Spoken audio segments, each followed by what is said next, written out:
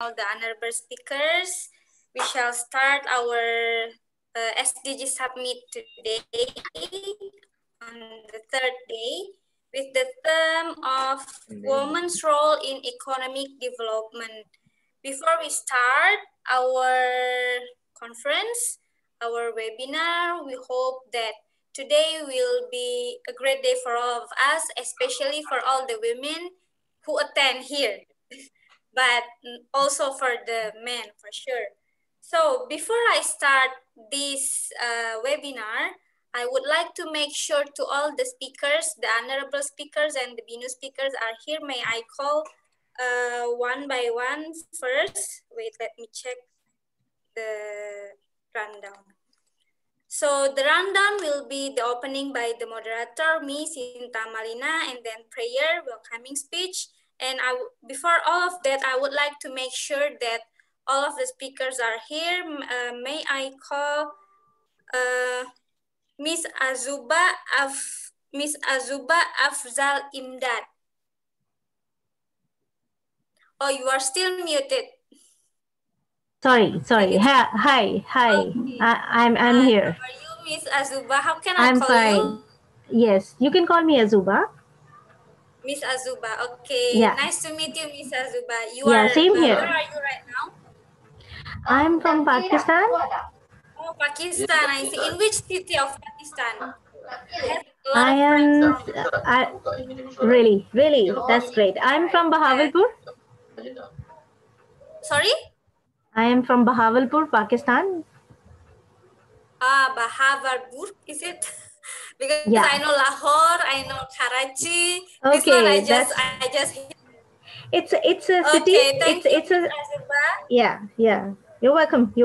Okay. Yes, okay, let me try to call to welcome Professor Dato Hasna Harun. Hello, Assalamualaikum, I'm here. Waalaikumsalam, Professor Dato, but I cannot see you. Hi. Your video is still off, I guess. Yeah, okay. Can you try to on your camera first so we can see you? We can welcome you. That's good. Oh, we have pink today because today is a Women's Day, I guess. Yeah, Women's Day. Oh, right. Yes. We welcome you, Professor Dato Hasna Harun. How can I call you, Professor? Just call me Dr. Hasna will do. Dr. Hasna. Dr. Hasna. Okay, yeah, glad to meet you, Dr. Hasna. Welcome. Nice to meet you too. And hopefully we're going to have a great time ahead.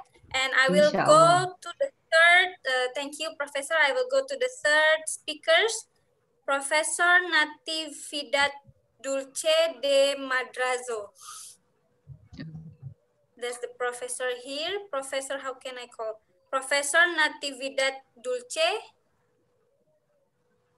Maybe she's still not here yet. So I will go to the next speaker first to make sure. Miss Verona Mendrova. Verona Mendrova, is it here? I think still not here yet. So I guess this will be here now as the BINU speaker, Dr. Pantri Heriati SAMCom. Ibu Pantri, selamat datang. Selamat siang, Ibu. Selamat siang. Assalamualaikum warahmatullahi wabarakatuh. Waalaikumsalam warahmatullahi wabarakatuh. All of the great women here in this forum, I guess. Okay, so I guess before we will just go ahead with our rundown today, as but we still be waiting for the other two speakers. Before the other two speakers come, we shall start to pray first based on our religion. Pray start.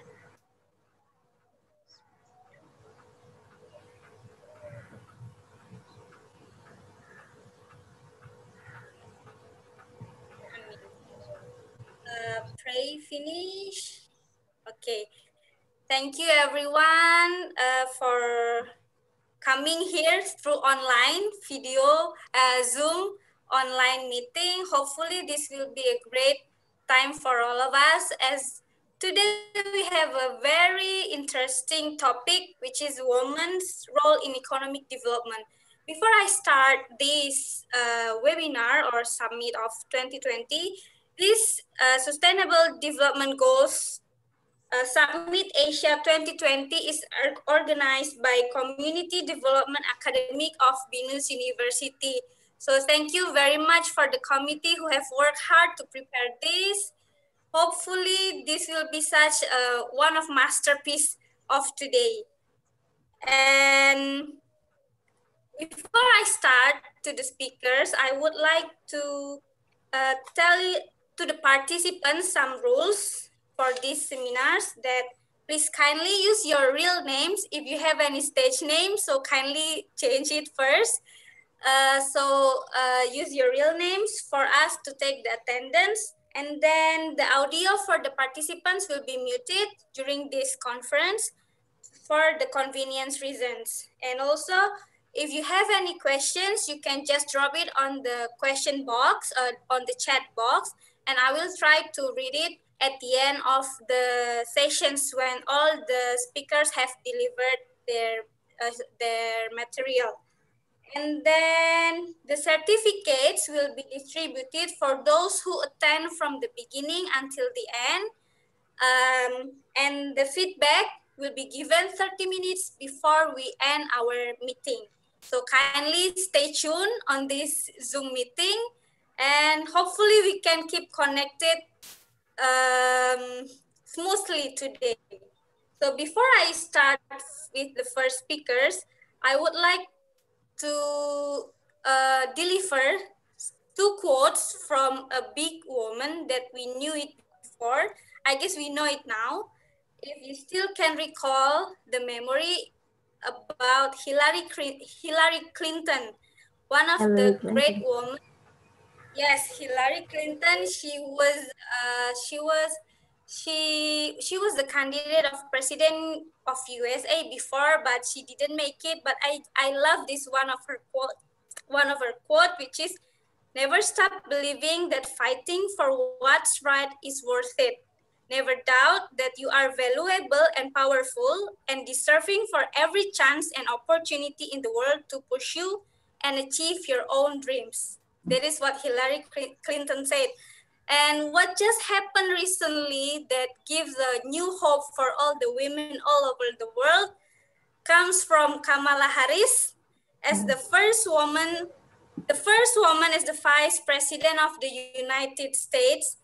She told this quote on her speech: "While I may be the first woman in this office, I will not be the last, because every little girl watching tonight sees that this is a country of possibilities, and of course for all the country all over the world." So before we start, I would like to welcome Ibu Retno Dewanti as to give the welcome speech. For the time, we please you, Ibu Retno.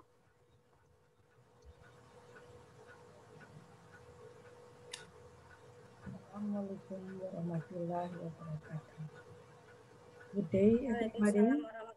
I'm Retno Dewanti as the Manager of Community Development of BINUS University, representing Rector of BINUS University, to welcome all guest speakers of the virtual international conference series organized by Community Development Academic BINUS University on November 10, 11, 13, 16, 17, 19, 2020. Our gratitude to Sara Marino from Mexico, Professor Yusria Al-Hamshari from Egypt, Natividad Dulce di Madraso, Philippines, Azuba Azwal Imdad from Pakistan, Professor Dato Hasna Harun from Malaysia, Chris Bruderlin from Australia, Pervin Telavia Matchmaker from India, Omar Beretta from Argentina, Verona Mendrova from United States, Neng Priyanti, SPD MED ME from Indonesia, Larissa Zazeva from Russia, Agustina from Estonia, Dr. Maliga Marimutu from Australia, Marsan Isbayu Putra from Indonesia, Mudit Subsekaron from Thailand, Gemma Jallara from Philippines, Daniel Vieira from Portugal, Mila Andrea Safitri from Indonesia, Hamis Foster from New Zealand, Ratno Dewanti, PhD from Indonesia, Dr. Nura Abdul El-Wab Dakhail from Egypt, Dramen from Burkina Faso, Dr. Kais Khan from India, Octaviana Silvia Caroline, STM Arts from Indonesia, Dr. Pantri Haryati, SEM Com from Indonesia. I would like to express my sincere gratitude to all international speakers for their willingness to contribute in this event, and also to all participants who attend this virtual conference. Let me tell you in advance regarding the objective of organizing this virtual international conference series. In words, building good cooperation with colleagues in higher education and global community to care about sustainable development goals. In a second, giving insight on the challenges faced by the society nowadays. In third, and providing opportunities to college students, lecturers, practitioners, non-governmental organizations, and other communities to support each other and improve their expertise in raising industrial era 4.0. As we all know, Indonesia is a developing country, and currently its development is facing various challenges in terms of economy, social, and environment. In the SDGs program, PNUS is committed to empowering communities in a sustainable manner. For these reasons, PNUS has continuously initiated various events, including organizing virtual international conference series that focuses on community service, which is expected to develop people's insight and capacities in order to increase the mastery of skills needed by the community itself and can provide benefits to the environment, social and economy of the world community.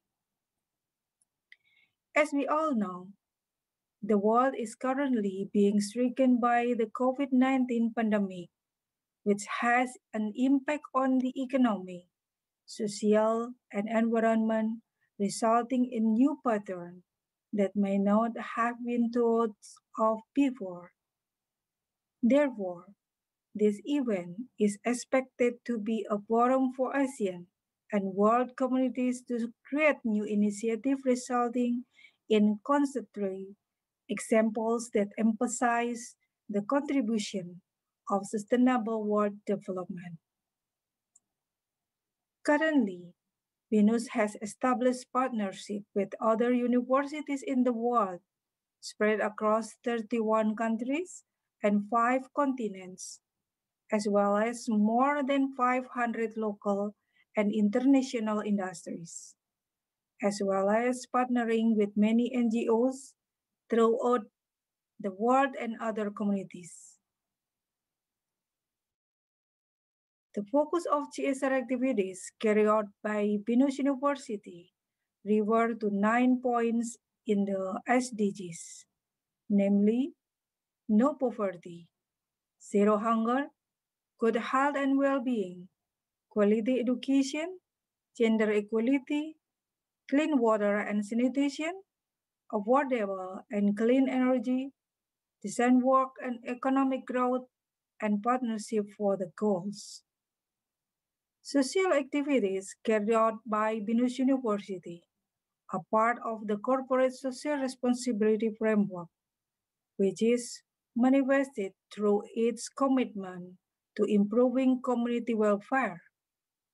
All social activities carried out by BINUS are seen as innovation in the implementation of CSR according to program objective, so that BINUS is recognized by the community as being able to provide economic, social, and environment benefits.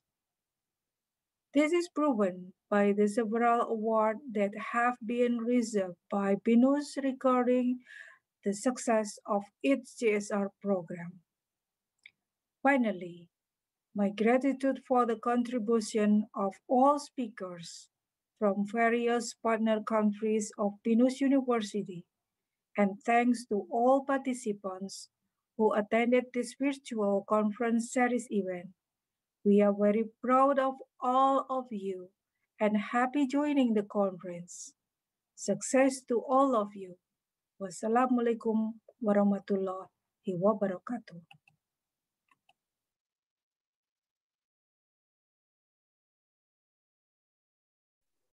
Waalaikumsalam warahmatullahi wabarakatuh. Thank you, Ibu Retno Dewanti, for the welcoming speech.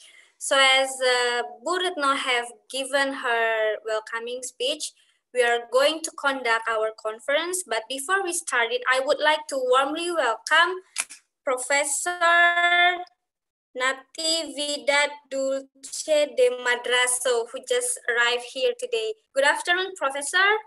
Can you say hi and click the unmute? Hello, everyone. Good afternoon. Hi, Professor. How are you? Very well. Very well. Very well. Okay. Thank you for coming here for attending the seminar, and we are very excited to listen to your material today. Thank you. Okay. So before we start this conference from the first speakers, I would like to read the biography of the speakers. She's Miss Azuba Afzal Imdad. Miss Azuba, I can call her Miss Azuba, right? I can call you Miss Azuba, right? Right. Okay. So let me read your short story first. Miss Azuba Afzal Imdad is a lecturer in English. She teaches English in a public sector college for undergraduate and graduate students where English is a compulsory subject. She has taught in English Access Micro Scholarship Program for 8 years as an English 8 years as an English language instructors. Moreover, she also administered the program and trained teachers to teach English as second language in Pakistan. So her dedications in English language, English education, English literacy is very interesting. So shall we welcome Miss Azuba here today? Thank you. Thank you very much. Thank you for welcoming me and for the introduction that you've given me. I'm very obliged. And I warmly welcome and participants who are going to either speak or the participants. I'm very thankful for everyone that they have given time and are on this Zoom summit. And I'm very excited to be here. So good afternoon from Pakistan to my Zoom participants. And let me begin with introducing myself, which the moderator has rightly introduced me. Before I get on with my topic for today, I'm Azuba Afzal, introducing myself yet again. I'm from Bahawalpur, Pakistan, and I'm extremely delighted to be able to participate in this session. Thank you very much for having me here. My topic of discussion for today will be, as all of you know, it is women's role in economical development. And before we get to the role of women in economical development, let us just refresh ourselves with that what women empowerment actually is, as this is the topic closely related to the topic we are about to discuss. So, Okay. women, Sorry, Miss yeah, Azuba, to interrupt. Before you stop, do you yeah. have any PPT to share? Oh, yes, Or yes, I do. you share I'll from just us? kindly Or share. oh, okay. Yes, you are already at the course. And before you start, apologize me because we are limited of time. So the Sure. speakers have 20 minutes to deliver. Yeah. So, what by what time do I finish? Can I ask you? 20 minutes within? Around, let me check first. Yeah, sure.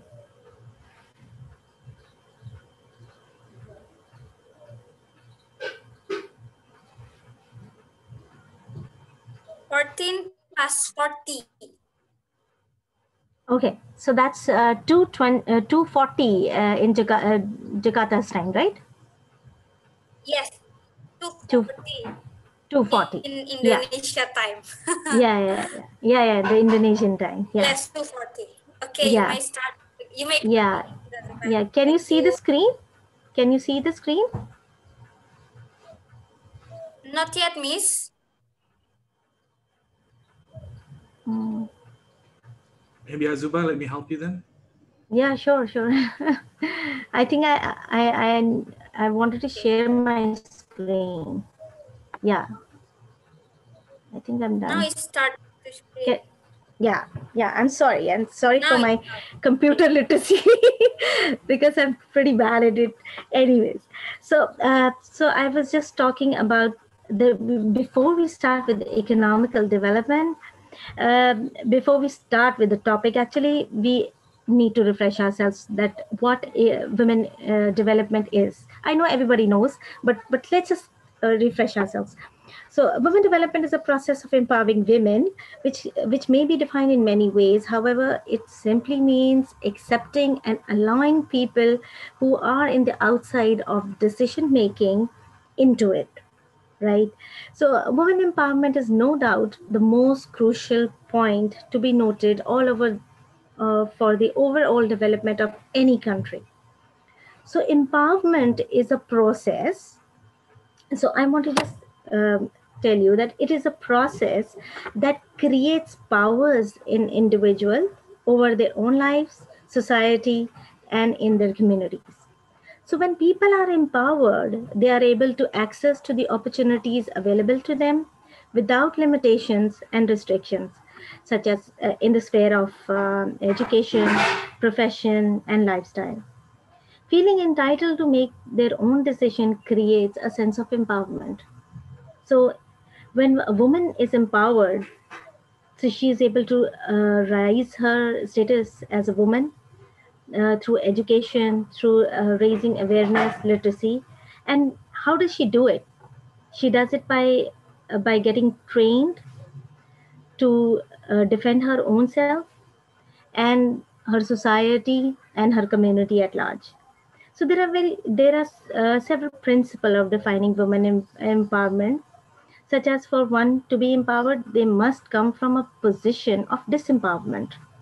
For example, a stripper no longer has to take her clothes off to get money, and now that if she is empowered, she gets a respectful job rather than so she gets a respectful job. Once she gets a respectful job, she is self-respected. She is respected for her own self, and then she is respected by the society members.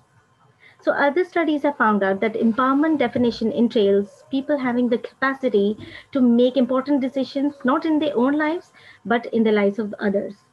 So this puts a strong emphasis on the participation in the political structure. When a person is able to empower himself, then he thinks beyond.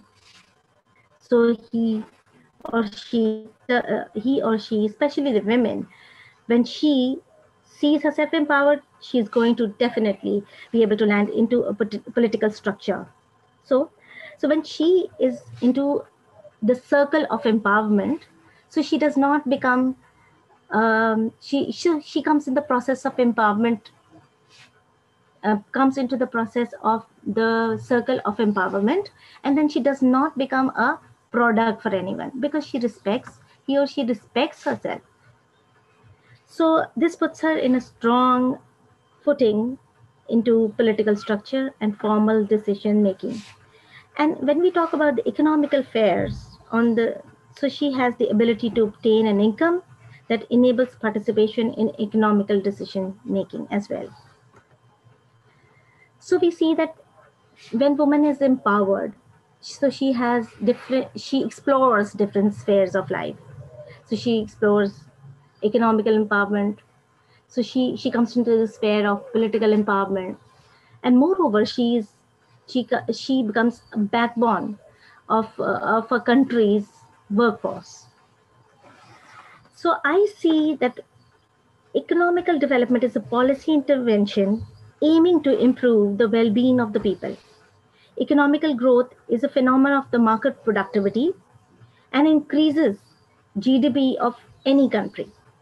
Thus, a very famous economist primarily focuses on the growth aspect and economy at large, whereas researchers of the community development concern themselves with the fact that when a woman is empowered, the GDP growth increases.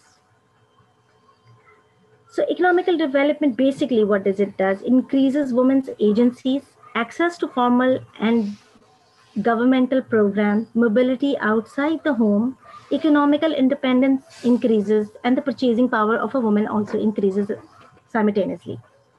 So therefore, it is suggested that policies makers need to support job training in order to aid the formal market. And one recommendation is to provide more formal education opportunities for women that will allow for higher bargaining powers in the house. There would have been more access to higher wages. Women can have access to higher wages outside of the home. As a result, this makes it easier for women to get a job in the market. So another aspect that what happens when a woman is empowered is that strengthening women access to property, inheritance, and land rights is another method used to economically empower women. This would allow them better means of asset accumulation, capital, and bargaining powers needed to address gender equalities. Oftentimes, women in developing and underdeveloping countries are legally restricted from their lands on the sole basis of gender. Having a right to their land gives women a sort of bargaining powers that they wouldn't normally have. In return, they gain more opportunities for economical development and formal financial institutes.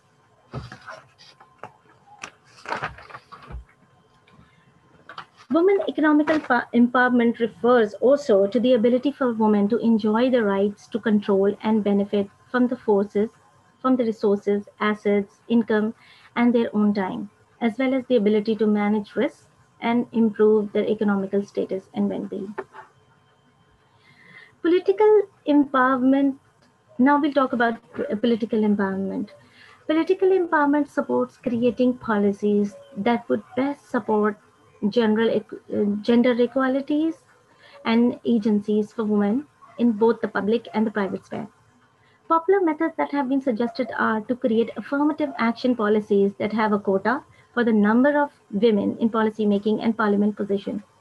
As for 2017, the global average of the women who hold lower and singular house parliament position was 23.6%. Further recommendation has been there to increase women's right to vote, voice opinions, and ability to run for the office with the fair chances of being elected. Because women are typically associated with childcare and domestic responsibilities in their homes, they have less time dedicated to entering the labor market and running their own business. Policies that increase the bargaining power in the household would include policies that account for the causes of divorce, policies for better welfare for women, and policies that give women control over resources, such as property rights. However, participation is not limited to the realm of politics. It can include participation in the household, in schools, and in an ability to make choices for themselves. Some theorists believe that bargaining powers and agencies in the household must be achieved before one can improve on to broader political participation. Now let us take a look at women as a workforce. Today, the median female share of the global workforce is 45.4% overall. Women's formal and informal labor can transform a community from a relatively anonymous society to a participant in the national economy. Despite significant obstacles, women's business, small business in the rural development communities not only can be an extended family lifeline, but can form a networked economical foundation for future generations. The role of women in the urban and the rural workforce have expanded exponentially in the recent decades. When women are empowered and can claim their rights and access to land, leadership, opportunities, and choices, economies grow. Food security is also enhanced, and prospects are improved for current and future generations. That's the quote I'm quoting from Michelle Bachelet, under Secretary General and Executive Director of the UN Women. Now I'd like to talk about how these economies can gear up for the economical development. This gearing up the economy will be particularly be associated with the gender equality I will be addressing about. How, how gender equality evolve as development proceeds can best be understood through the responses of the households to the functioning and the structure of the markets and institutions, both formal and informal. When I say formal, I mean the laws, regulations, and networks. And when I say, I'm sorry, uh, laws, regulation, and delivery of the government service. And informal, when I say informal, I mean the gender roles, the norms, and the social networks. Markets and institutions help determine the incentives, preferences, and constraints faced by different individuals in the household, as well as their voices and bargaining powers. In this way, household decision making markets and formal and informal markets interact to determine gender related outcomes. This framework also helps show how economical growth influence gender outcomes by affecting how markets and institutions work and how households make decisions. The impact of the economical growth is shown in the chart I have placed on the screen. By the arrows that turn the gear in the direction of the greater gender equality arrows show how closing gender gaps in turn can contribute to the higher growth. This framework also helps to demonstrate how the gender gap in education enrollment has closed so quickly. In this case, income growth by loosening budget constraints on the households and the public treasury markets by opening new employment opportunities for women and formal institutions by expanding schools and lower costs have come together to influence household decisions in the favor of educating girls and young women across a range of countries. The framework also helps explain why poor women still have sizable gender gaps, especially those who experience not only poverty but also other forms of exclusion, such as living in a remote area, being a member of the ethnic minority, or suffering from a disability. In India and Pakistan, for instance, while there is no difference between the number of boys and girls enrolled in education for the But for the richest fifth of the population, there is a gap of almost 5 years of the poorest fifth. The illiteracy rate among indigenous women is twice among the non-indigenous women and 20% points higher than for the indigenous women. Market signals improve service deliveries, institutes, and other higher incomes, which have generally favored the education of girls, and young women fail to reach the severely disadvantaged population. My next slide would shine light upon the challenges in the women development. Many of the barriers to women empowerment or equity lie ingrained in cultural forms. Many women feel these pressures, while others have become accustomed to being treated inferior to men. Even if legislators, NGOs, etc., are aware of the benefit women empowerment and participation in the economical development can have, many are scared of disrupting the status of women and continue to let societal norms get into the way of development. Research shows that the increasing access to the internet can also result in increased exploitation of women. Releasing personal information on the websites have also put some women personal safety address in 2010, working to halt online abuse, state that 73% of the women were victimized through such sites. Types of victimization include cyberstalking, harassment, online pornography, and faming. Sexual harassment in particular is a large barrier for a woman in the workplace. It appears in almost all industries, but is most notable in the following: the business, trade, banking, and financial, sales and marketing, hospitality, civil services and education, lecturing and teaching.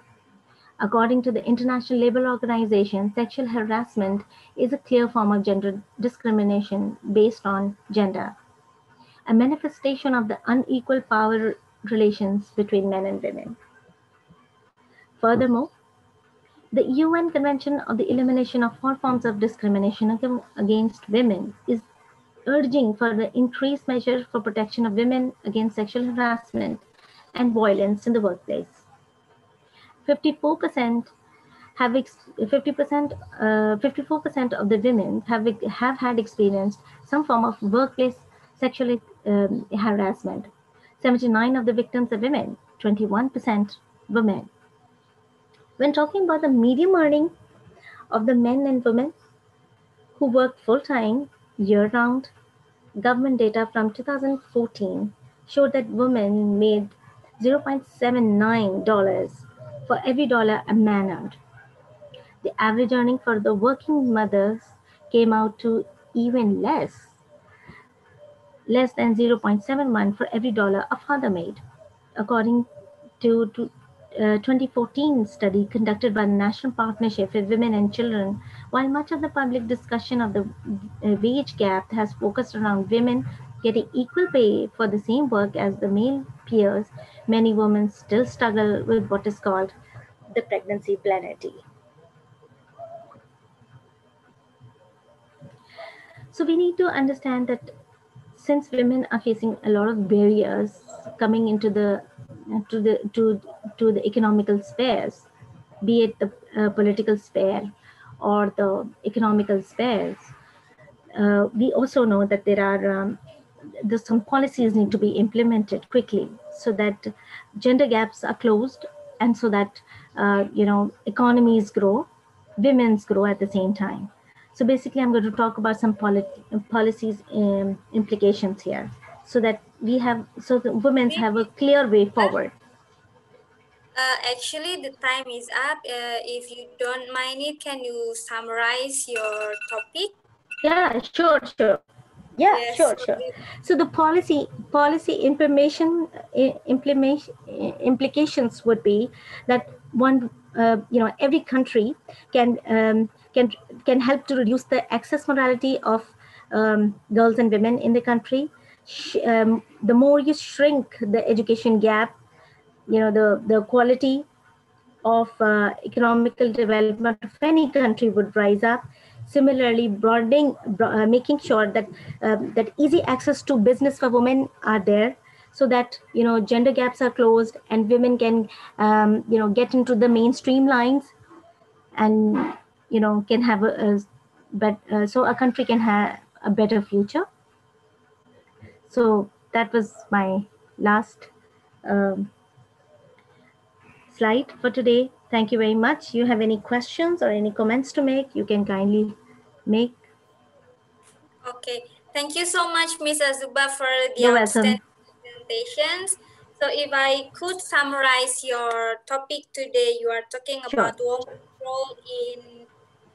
role in economic development, but actually not only in economic development, but also in other spheres. Those are the economic empowerment, political empowerment, and women as a workplace. Because once the women are empowered, Correct. it will increase the GDP as well. It's a Correct. short summary, and then for the Yeah. political, this is the point. This is the role of women when they create the policy to support the woman equality.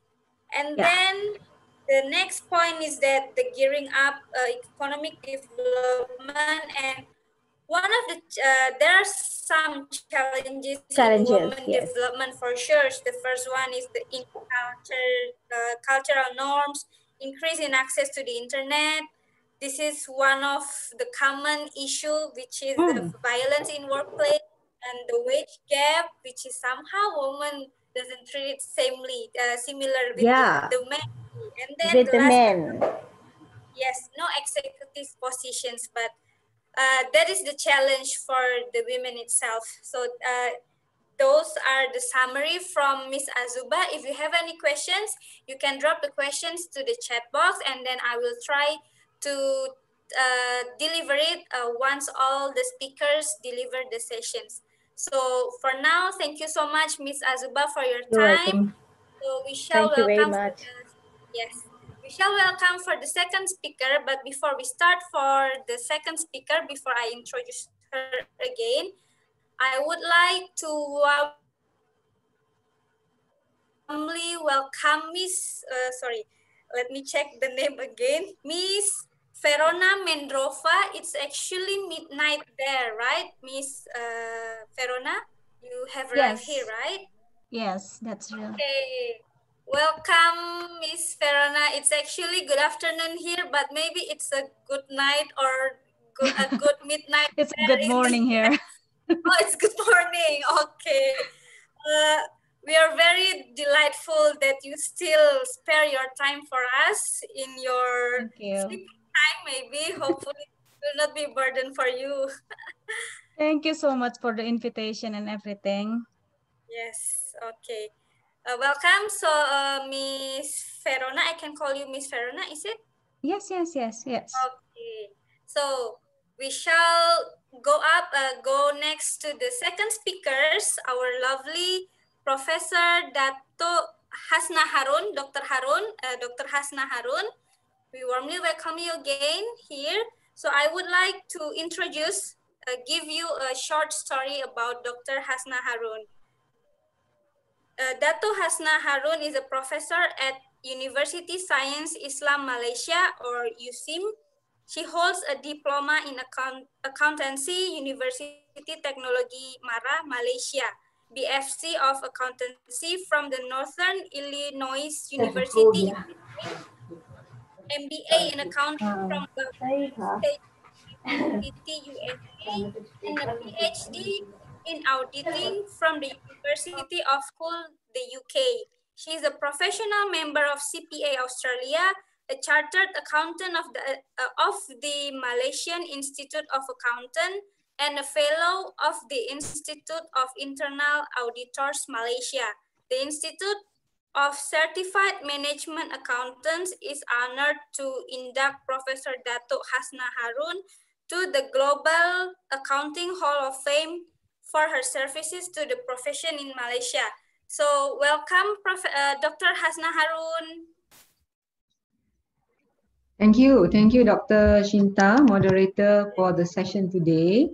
And Yes. also, I would like to say my thanks to Dr. Ratna Dewanti, Academic Manager of the Community Development, and also to Sheikh Hassan, the person in charge for this session. And also, I would like to also welcome all my fellow panel speakers virtual and also the virtual participants. So thank you so much for inviting me to the session today for me to just share my thoughts on the role of women in economic development. Let me just click the...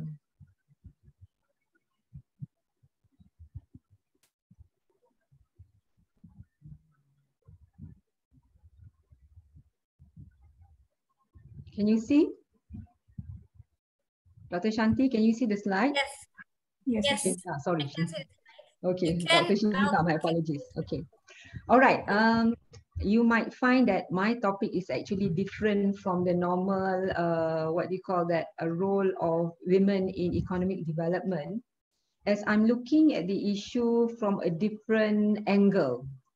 So at the moment, we are all facing COVID-19 pandemic, and there has been lots of issues of women, being what do you call that, put aside, and also they have been asked to stop work, and also there are some violence in the family, and some of the women who are leaders of organizations are actually facing a very hard time to actually make ends meet. So to me, this particular session, what I would like to share is a little bit of the issues that are actually surrounding COVID-19 pandemic, and what are Malaysia's strategies in overcoming this.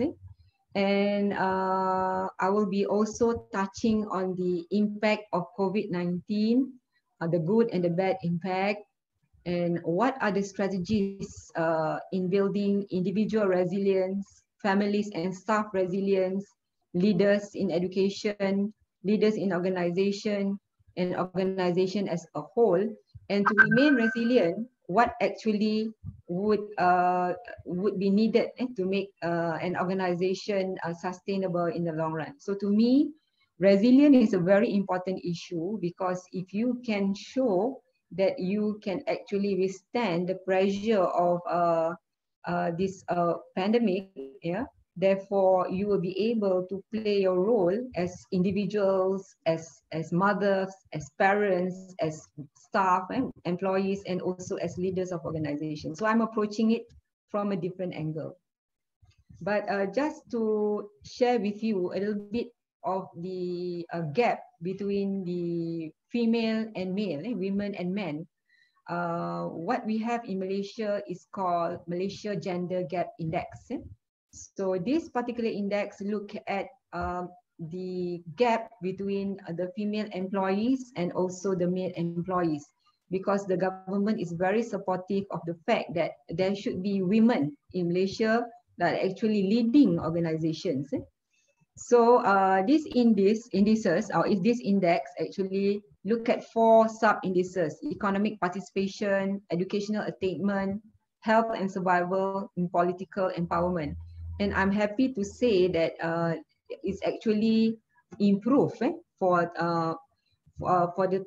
this year. It has actually improved, or the gap is closer between men and women. So what I'm presenting today will actually be applicable to both men and women, because you can see that it is actually a narrow gap between the women in society, in business, and also in community. Thus, resilience in this presentation can be applicable to both women and also men. Now, if I can share with you regarding the pandemic, which I think all of us are in the know of. So it actually started on 31st December 2019, where it started with China, where cases of pneumonia were actually detected. So at that point in time, they did not know that it was actually COVID. So then if you look at the outbreak in January 2020, it actually affected all markets, Chinese market, and then it was declared by WHO as a pandemic on the 11th March of 2020.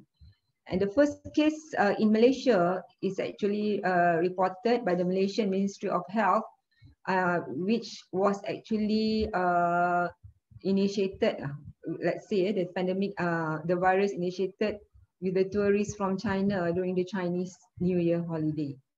So this is a little bit of a background of what happened actually.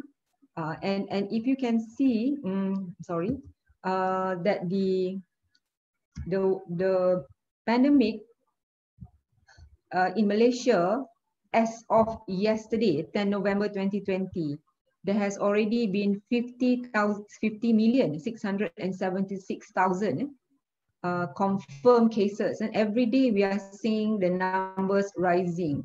It was actually a slowdown a few months back, where the number actually, the new cases were only about 5, 10, just 2 digit.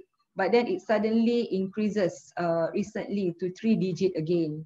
And therefore we actually have COVID, what we call that, the third wave of COVID. So there are 216 countries affected around the world. And therefore it's a very important phenomena that has actually impacted our economy, global economy. So now Malaysia is in its third wave recovery movement control order.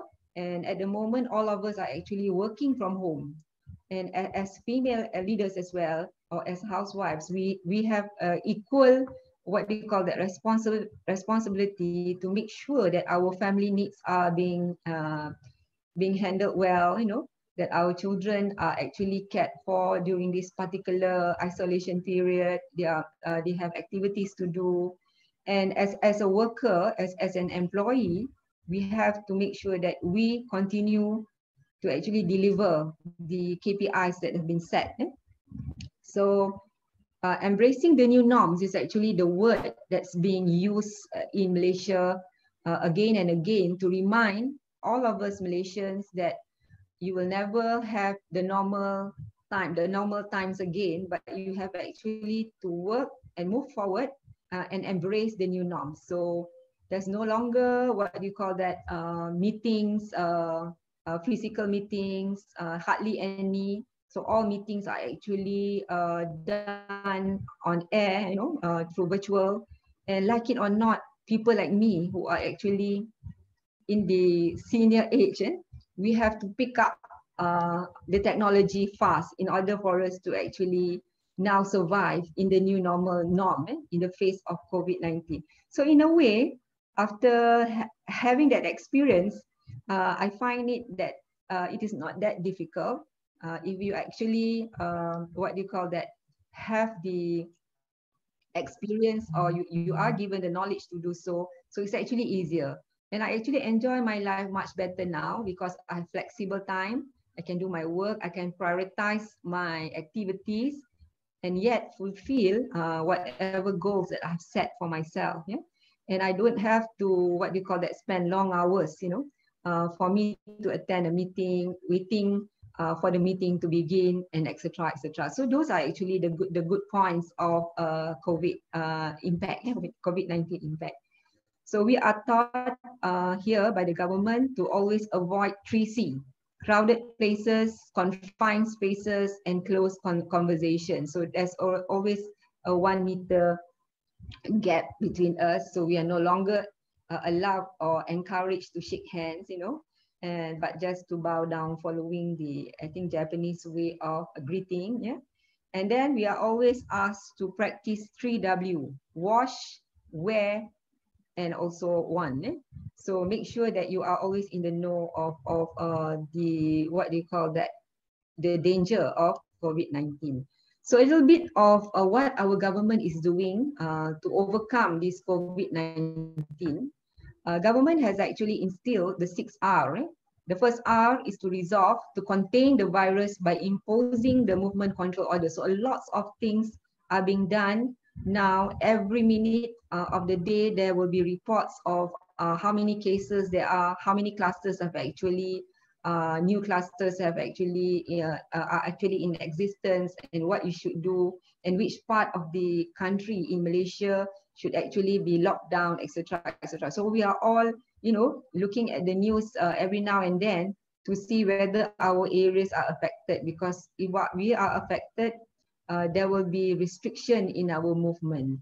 But after a while, contrary to the first MCO, we find it now more manageable as we are able to adjust to the situation. And we know very well it is for a good intention of ensuring that all of us stay healthy and our family members are also healthy. So once we are healthy, therefore we can actually do much, much more to actually help out in the, what they call that, economy, to increase the performance of the our each organization, so that they can contribute to the economy of Malaysia.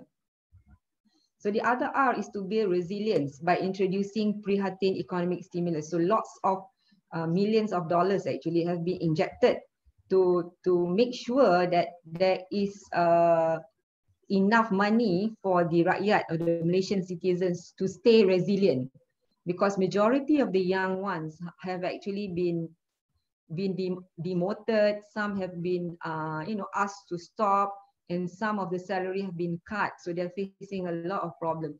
The government has also now encouraged the banks not to charge any loan payment at the moment, because the income that the rakyat is having is not sufficient to pay.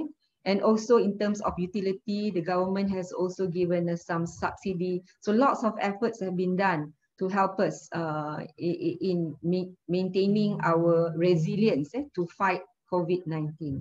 So after all these have gone, then the government will have to restart the economy. At the moment, they are restarting the economy at a slower pace, and but it's picking up now. So we can see that there's development in the economy, and then rehabilitate, sorry, with short and mid-term planning, then revitalize the economy and reform the structure of the economy towards the new normal. So we still have to work with the new normal paradigm. So there's no longer what you call that, using papers, for example, or manual. So it has to be the IR 4.0 or IR 5.0 that we have to actually now catch up with.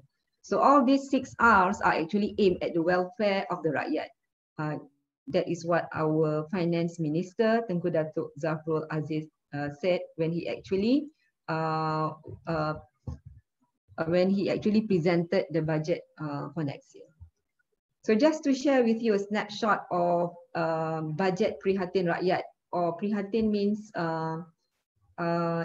careful, what do you call that? Caring budget for the Malaysian citizens. They have actually pumped in a lot of money, millions of money, especially for the SMEs, small medium entrepreneurs. And then they have also what do you call that? Have some allocation for small medium entrepreneurs to start up business, and not only there, to also have activities and programs for the young ones to be engaged in training courses or start a business with the amount of money that has been allocated. Now the good side of pandemic academic, actually COVID-19 pandemic is not all bad. It actually helps to build the humanity values. There's more family bonding, heartwarming examples of generosity. So we help each other. If there are people who are in lesser, what you call, financial position than us, so we always get together to actually now share whatever we have. And then there's also food delivery being done. And then for environmental recovery, with minimal human mobility, we can see that there's less pollution actually in the rivers, and also lesser pollution, carbon emission in the air. So these are all the good side of pandemic. And surprisingly, there's also lower crime rate. Of course, this crime rate are what you call that burglary kind of rate. So there's various types of crime rate, but the ones that are lower in rate is the theft of vehicle and also burglary at home. So they have reduced, I think, because of the tightness of enforcement of the what do you call that, the soldiers, sort of those who are looking after the safety of Malaysia, our people that's looking at that. So they're making stops and looking at whether there are people, suspicious people in the car that's moving to various locations. So that actually stopped the crime rate. And the good side of it is, like it or not, we have to learn technology, and very, very fast technology. So everything is online now. So payment is online, cashless payment. And so there's a Google Meet. Now I have to learn Zoom. I have to learn Microsoft Teams, and I have to learn Skype. There's so many techniques actually, but each and every technique, we have to choose what would be the best for our needs. For teaching and also for meetings actually. And effective use of time, because we make use of technology, and therefore our meeting of time can actually be used effectively. Yeah? We don't have to travel, park the car, or wait for another member to come, and everything is done online. It's paperless. Yeah? So development of gig economy is also the good side of COVID-19 pandemic, where we have e-hailing services, and every service is cheaper than having book a taxi, because everything can be done online, even in the purchase of food. But there's also the bad side of COVID-19 pandemic. One is economy destruction. Because when we had the first wave of COVID, so everything actually stopped. So there were no businesses, and there were no what you call, and even the universities were actually stand still for a while, because everything was done in virtual manner, and they had to understudy whether the students can actually accept online learning, because some students are actually located in a rural area, and they might not have a good internet coverage, etc. So lots of experimenting, trial, learning, relearning, until we achieved the best formula to actually use online learning. And also there's no income from tourism, because there cannot be any travelers coming to Malaysia, for example, for that particular moment. So and workers lay off. So economy was actually in the negative side. So there's not much movement in the economy. And then there is also social impact. Some people sort of buy more grocery than they need, and therefore there's lesser what they call supplies for the other people. Some hot medical supplies, and therefore they can actually jack up prices, especially face masks, sanitizer. And then there's also domestic violence. So on the good side was actually more time to spend with the family. But on the negative side, since we are looking at each other all the time, I guess, so there has been an increase in domestic violence. So there's plus and minuses. So in the US, for example, there's increased gun and ammunition sales. People are actually feel trapped and isolated because they do not know how to handle stress. And all these are actually leading to violence. So alarming issues here. Excuse me, Dr. Hasna, yeah. to interrupt, because actually the time is up. If you don't mind, could you please summarize for your... Oh, the time is up? Oh, I'm sorry. Okay, never mind then. I will just talk about resilience, why we need to be resilient, and some of the resilience is actually important for us to be able to contribute to the economy. So how to build individual resilience is focus on what is within our control, and then do not sort of be a bad role model to our children, because they are looking at us for comfort and also as a model, and be thankful with what we have. So these are some of the strategies in building resilience for families. So make sure that you unload the negative side on physical distancing, closed schools, etc. But work more on flexible working hours, financial assistance, and responsive relationships. So these are some of the points actually, what you can actually get the students or your children to be busy with at home, so that they can actually be always occupied, and there will be interaction. And load up the positive sides. I guess I won't go over through that. And make sure that you actually move the fulcrum to more positive than the negative. Okay. And then leaders in education also make sure that you get the students to interact with you, and there should be resources available to help them in the virtual learning. And some of the leaders in organization, how you actually handle these issues, you must be very understanding with your employees, share best practices, and always ask them if there are any problems that they face at home or with their work, and always have somebody to actually advise them. Sorry, I have to go fast. And for organizations, always engage with stakeholders, and then promote virtual work. Make sure that your IT is actually up to the mark for you to actually have a better work environment. And fixed work location is no longer in existence. Now we have to move to dynamic work location. There should be more investment in digital application hardware, and therefore there should be more connectivity, etc. So to be resilient, of course, you need more material, improved governance process, leadership practice, more human capital, lesser human capital, but with the requisite skills, actually, the important skill, and more social networks. So in conclusion, sorry, I will share this, what you call PowerPoint. If you need to know more, you can always ask me later. So in conclusion, I will just quote here what Malcolm X said: every defeat, every heartbreak, every loss contains its own seed and its own lesson on how to improve the next time. So with resilience, observing self-care, behaving in the new normal, and support from the government, any country should be able to sustain the challenges of COVID-19 pandemic. And we will come out stronger and more equipped with new knowledge to face future challenges. So with that, I end my presentation. Thank you, Puan Moderator. Thank you. Okay, thank you, All right. Dr. Hasna, for the very interesting topic this afternoon, which is actually talking about the current issue that we are facing right now, not only in Malaysia, in Indonesia, but all over the world.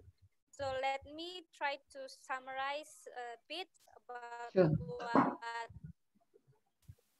Dr. Hasna has delivered. Dr. Hasna has talking about embracing the new norms, which is some of them are stay at home, working from home, social distancing, gadgets communication, personal hygiene practice, and high level of self-control. And the government of Malaysia also start to do with these three W practice, which is those are wash, wear, and warn. And then also to avoid the 3 C's. The first one is crowded places, confined spaces, and close conversations. And we might see that COVID-19 is on a negative side, but it's not merely a bad things, because also there is a good side. Those are the humanity values, environmental recovery, lower crime rate, gig economic sectors, effective usage of time and technology, and new skills. And simply talking about how to build the resilience in family, unload the negative side and load the positive sides, and move the fulcrum. I guess that's what I can take in this short time. Hopefully this will be very helpful. And thank you very much, Dr. Hasna. We shall move to the... Thank you very much. Yes. We shall move to the next speakers. So for those who have questions, just drop your questions in the chat box. So let me introduce to the third guest speakers, Professor Natividad Dulce Madrazo. Good afternoon, Professor Madrazo. You are still muted. Okay. Good afternoon, Dr. Shinta. Okay, good afternoon, Professor Madrazo from Philippines, is it? From the Philippines. From the Philippines, yes. Okay. Yes. Let me introduce your short story to the participants first. So, Professor Natividad Dulce de Madrazo is a professor for undergraduate and graduate studies. She is also the president for University of Mindanao, Faculty Supreme Council. Furthermore, the 4 children mother is a director for Southern Mindanao 2019 to 2020 for the Philippine Association of Collegiate School of Business. Before, she was a program coordinator for business economics, SY 2016 to 2018. Okay, welcome, Professor Madrazo. Good afternoon. Good afternoon, Professor Madrazo. So the time is yours, Professor. All right. So you just tell me when I'm up, but mine has been within the time limit. Okay. Okay. I will remind you. Thank you. Okay.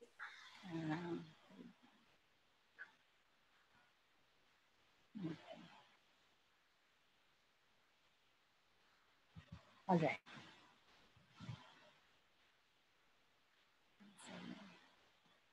Okay. Good afternoon, ladies and gentlemen.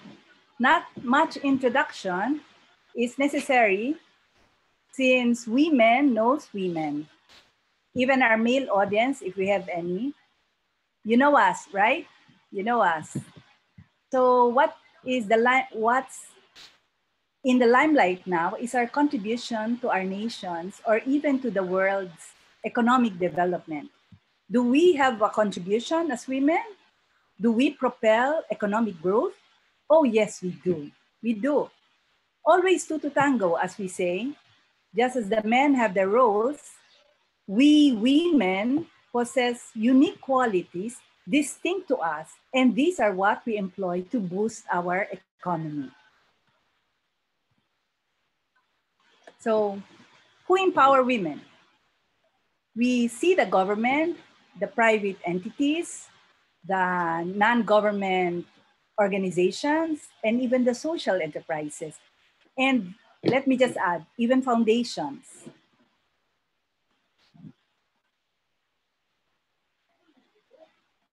Now, you see there in the screen, that is our Malacanang Palace, the one on the left, the one of the structure. It is the official residence of our president.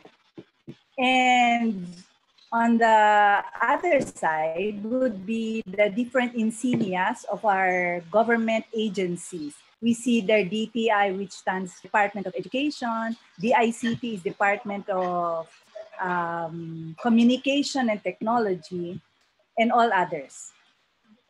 Okay. Just a note.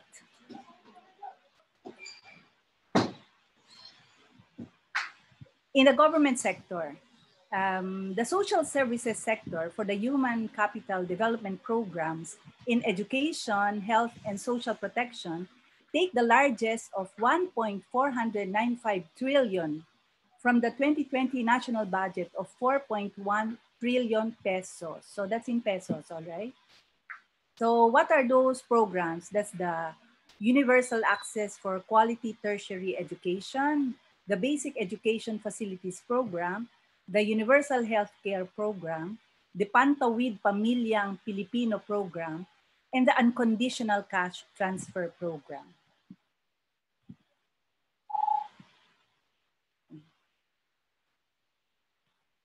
Okay. You see here, these are the prominent ladies who have governed or are still governing our countries as of this moment. We have our First Lady President, the lady in yellow. She's Cory Aquino. You must have heard her. She governed our country from 1986 to 1992. And she contributed to the She headed the to topple the dictatorial government during that time using the people's power. Her husband, if you know, Ninoy Aquino, was assassinated in 1983. The lady in the middle is our second lady president, Gloria Macapagal-Arroyo, who governed us from 2001 to 2010 after the impeachment of the then President Joseph Estrada. She's still helping out in the government as one of the congresswomen. And the lady after her, she's our vice president now, Leni Robredo. She's governing us from 2016 to 2022.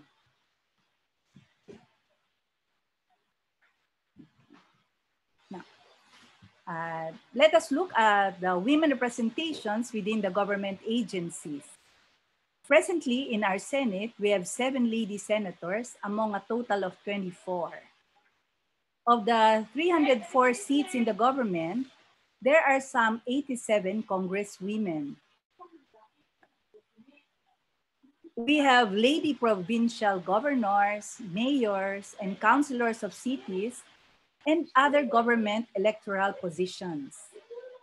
Among the government agencies, the Department of Education, the Department of Tourism, the National Food Authority are all headed by ladies. And there are many other women who handle top positions in other agencies.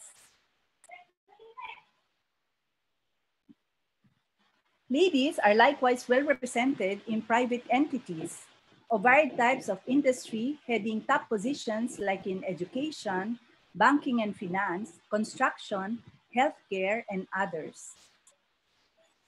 You see here a report from Grant Thornton International, 2020 Women in Business.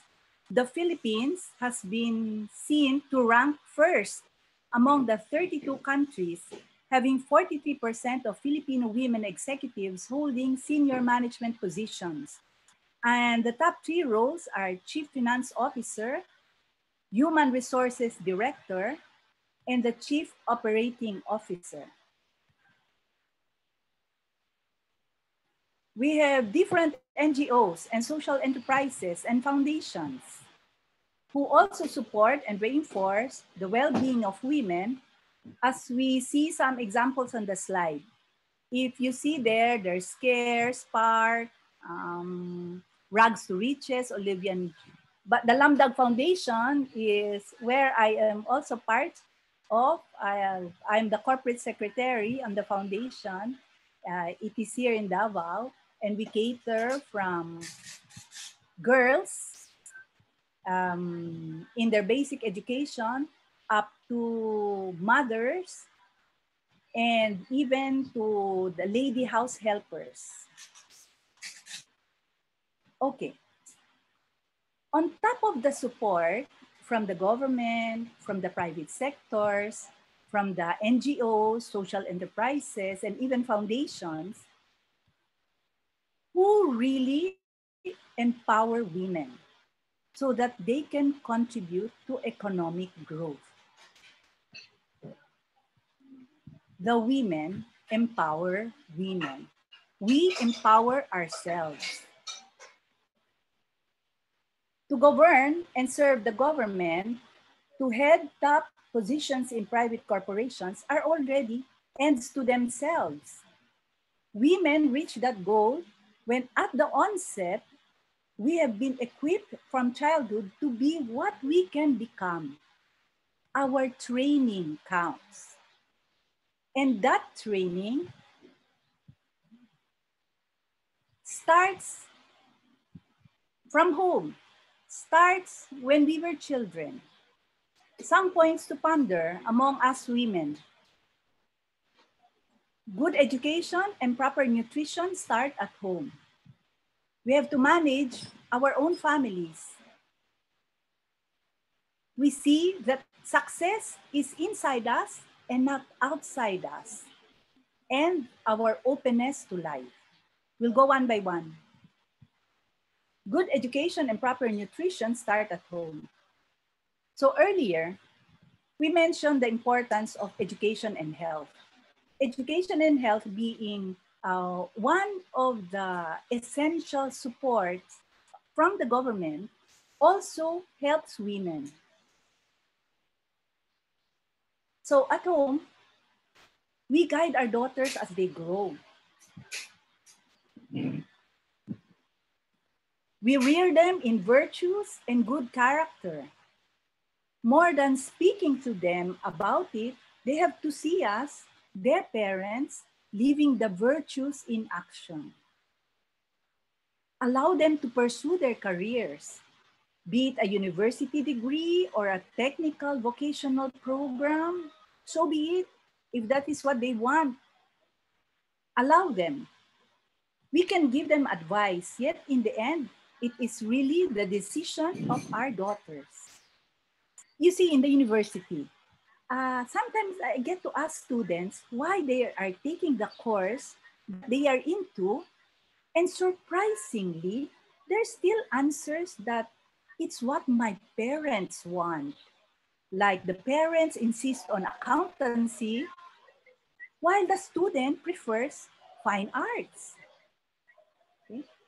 The next is we feed them good health. We really feed them good health. We make them eat good health. You've heard this before. We live in an instant world. Instant noodles, instant coffee, instant energy, even instant relationships. The adage, health is wealth, is most precious now than ever. We know that to the speaker prior to me. We are into pandemic. No one is out of it. The whole world is into it. So health is wealth. And truly, we are what we eat. So you see there in the frame by Thales, the happy man, the happy woman is the one who has a healthy body, a wealthy soul, and a well-educated nature. And this all begins at home.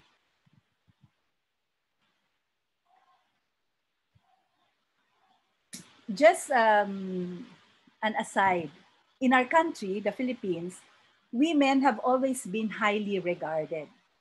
There's a household joke that says, the husband would always have the last words in their homes. And these words are, yes, dear. So just a joke, just a joke. Our top economic contribution is to manage our family to the best of the corporations that we are managing. So we are the chief operating officer of a certain corporation. If we are the chief operating officer, then we should be the chairman of our family, managing them well. Because it is within the family where good abiding citizens come from, where honest and cheerful persons will come out of their houses, where psychologically sound and stable individuals will emerge. And undoubtedly, running the government and top corporations are a feat. However, for all these entire homes, problems are heard out. And one example that I always see the students is when you get out of the house and there's a problem, bring it out with you. And before you know it, you come.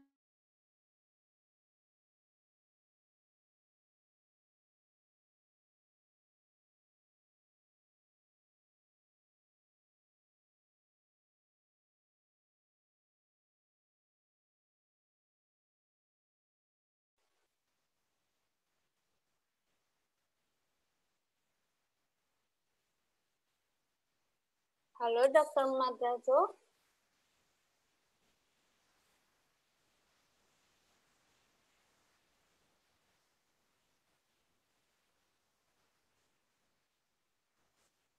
Hello, Dr. Madrasa, are you still here? Because now we cannot hear your voice. I guess her connection is not going well because before was like there was noisy before.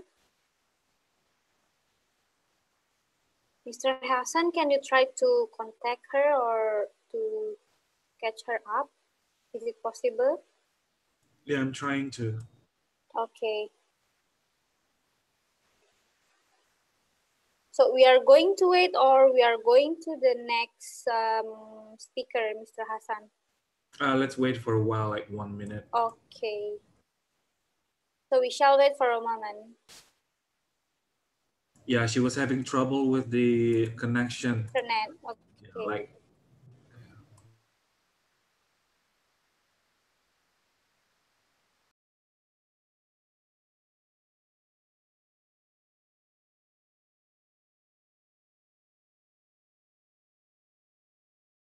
maybe we can ask the students or probably participants to prepare Ask the questions. questions.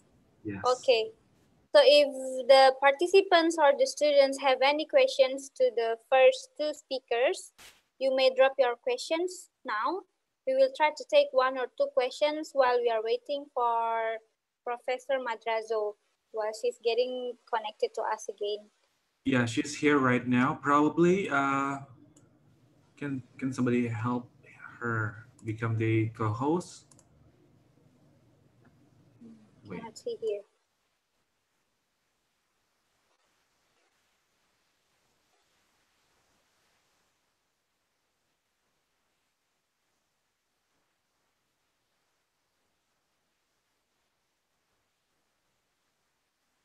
Okay, Mr. Madrazo is back here. You are still muted, Miss Professor. I have unmuted you. Okay. Okay. Sorry. No problem, no problem. You may continue, Professor All right. Madrazo. But Thank you. actually, you have 3 minutes remaining, if possible, to Okay. make it short. Okay, thank you, All right. Professor. All right. Okay. Marilu.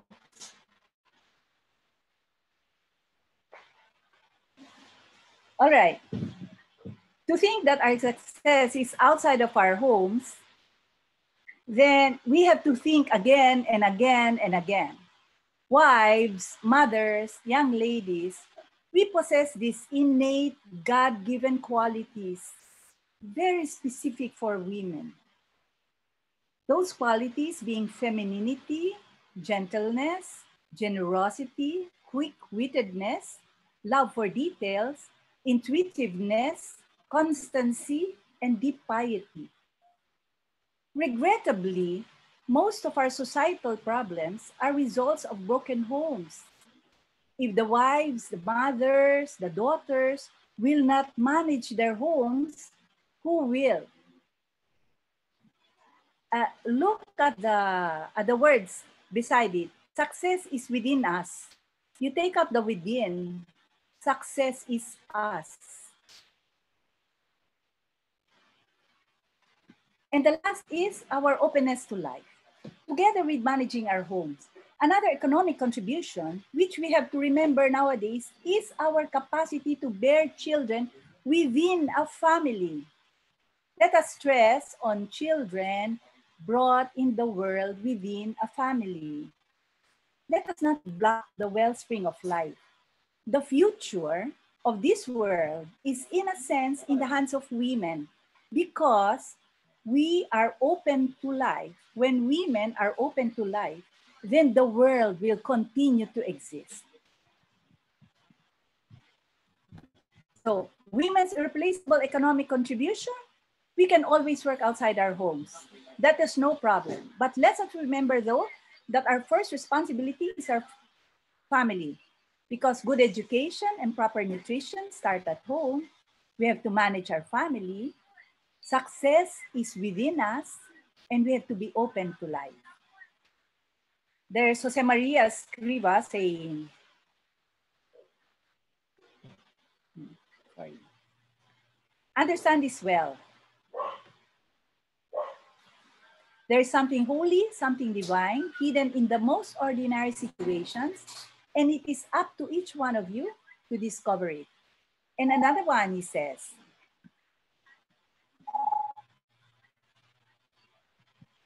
every day is a good day to make good decisions. Today, now. Thank you very much.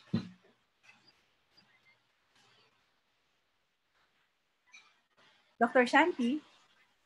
Okay, thank you, Professor Madrazo, for the inspiring sharing sessions about women. So I may summarize a short story of yours, what you have shared with us. Surprisingly, Philippines is the ranked first among 32 countries, having 43% of Filipino women executive holding senior management positions. Those are the CFO, the HR, and the COO.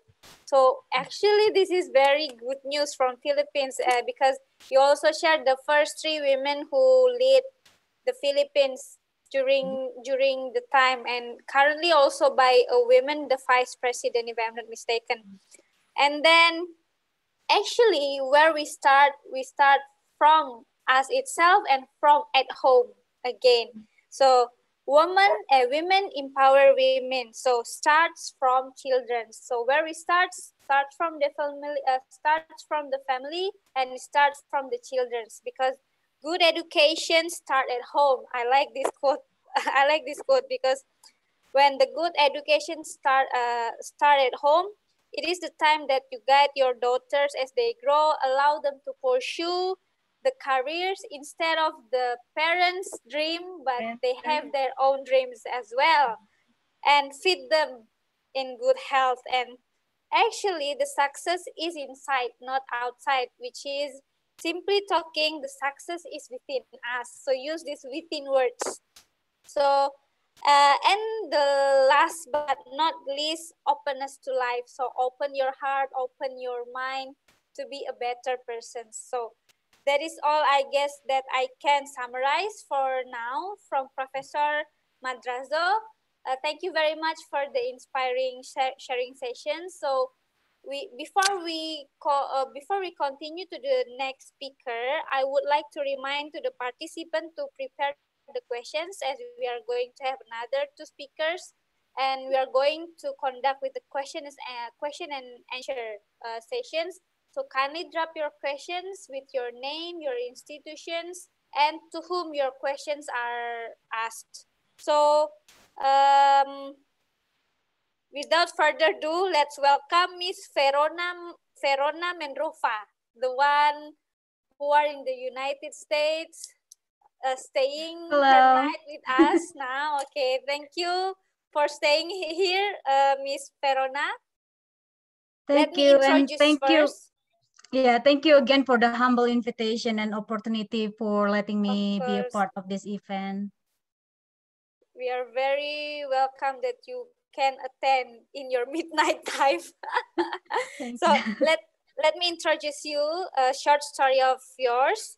Miss Verona Menrofa is a highly experienced with secretary and cost control for various engineering, oil and gas companies, document control for engineering, procurement, construction projects, British branch project management consultant, project administration for Indian contractors. She was also entitled as secretary for foreign project management consultant, a translator for the chief of construction engineer, hotel marketing experience with the Royal Asia Hotel. Currently, she is proud to be part of the U.S. Air Force with the core values. Wow.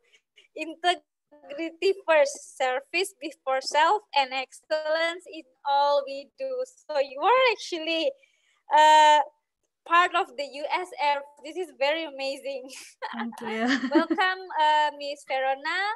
Without further ado, I would like to give the time. The time and place is yours, please. All right. I barely use Zoom, so bear with me. Okay. Right. Okay. Can you see this? Yes. Okay. Right. The picture is very nice. Thank you. Yeah, again, thank you very much for the invitation. And then we're talking about the woman empowerment. I remember the Eleanor Roosevelt once said that a woman is like a tea bag. You can't tell how strong she is until you put her in hot water. So 4 years ago, I graduated from United States Air Force basic training. I was so happy, and I posted some of my pictures with the caption, "An American Airman." And I remember one of my friends from Indonesia saying, "Aren't you an airwoman instead of an airman?" And then that particular comment brought me back to those basic training days where our MTIs, which is military training instructors, told us to pick up a very super heavy duffel bags, and these double bags that us ladies from the female flights carried were the same size like the double bags that our brother flights carried. And there is no difference between men and women in military. We are equally strong and capable to do things that men do in military. We are equally capable in the eyes of the Air Force, and maybe that is why in the Air Force we call ourselves airmen, not airmen and airwomen. So to answer to that question, I said because I am as strong as a man.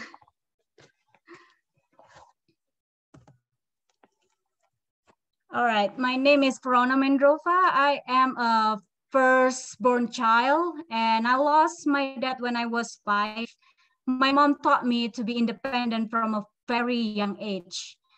My family didn't come from money, so I had to work since I was 11 years old.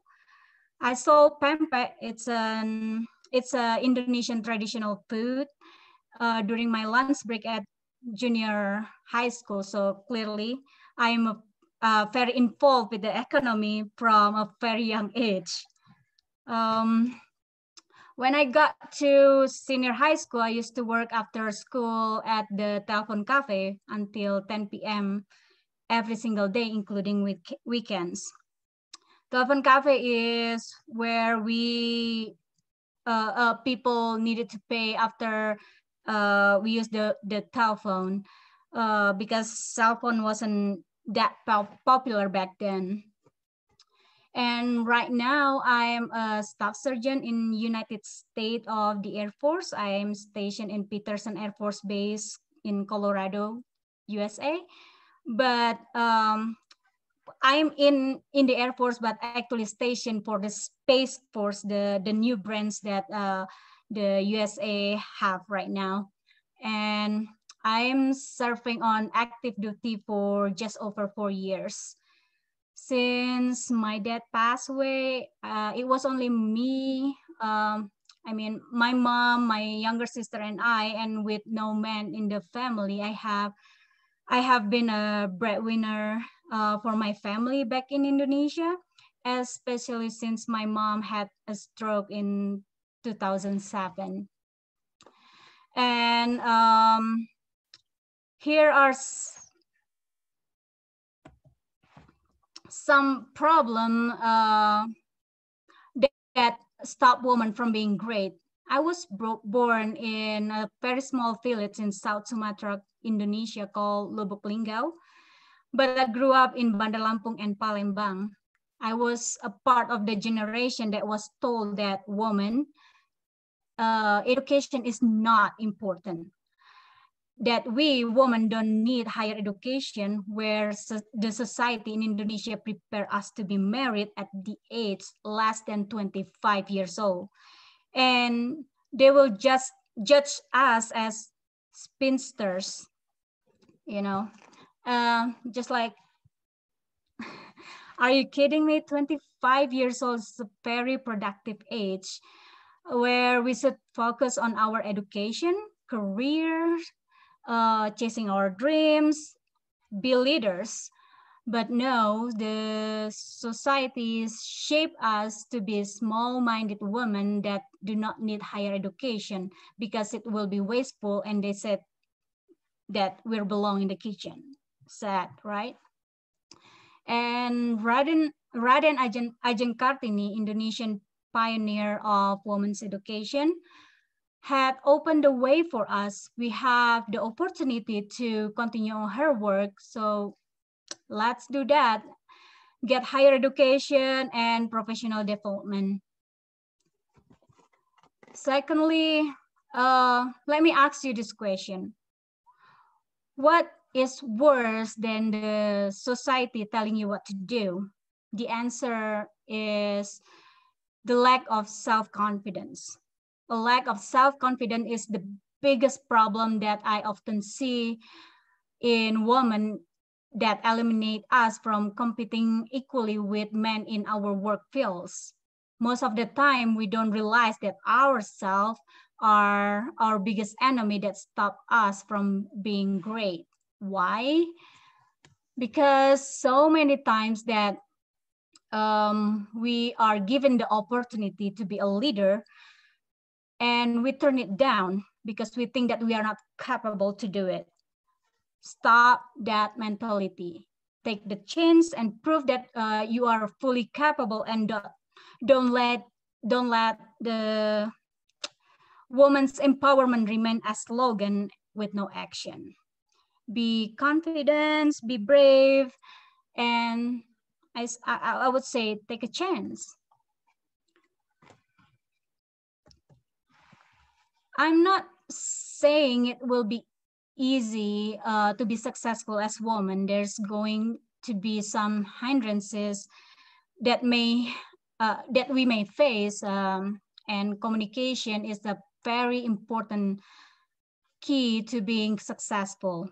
Failure to communication can be the result of the language barrier, lack of open communication, transparency, and intonation. Especially in Indonesia, where we work with people from different areas, this can be very challenging with language barrier and intonation. For example, soft-spoken Javanese people may misunderstand when communicating with people from Sumatra like me with a very aggressive tone of speaking. It may look like nothing, but when becoming a better leader is the goal, our way of communicating is such an important part of our lives, and you must continually develop your skill. When we see all those great leaders such as Nelson Mandela, former President of United States, Barack Obama, and the first President of Indonesia, Sukarno, they're all good communicators. And in USA, recently we just had the Vice President-elect, Mrs. Kamala Harris, and she is actually half Asian. And also in the Air Force, we have the Chief Master Surgeon of the Air Force, who also female, and she also half Asian. And it's I'm very proud, like, to have some of us like holding that kind of position to be a leader, and it's very wonderful, right? So, ladies, if we want to change the world, try to be better in communication. And the second hindrance is, I want to talk about this, about the judgment from the society.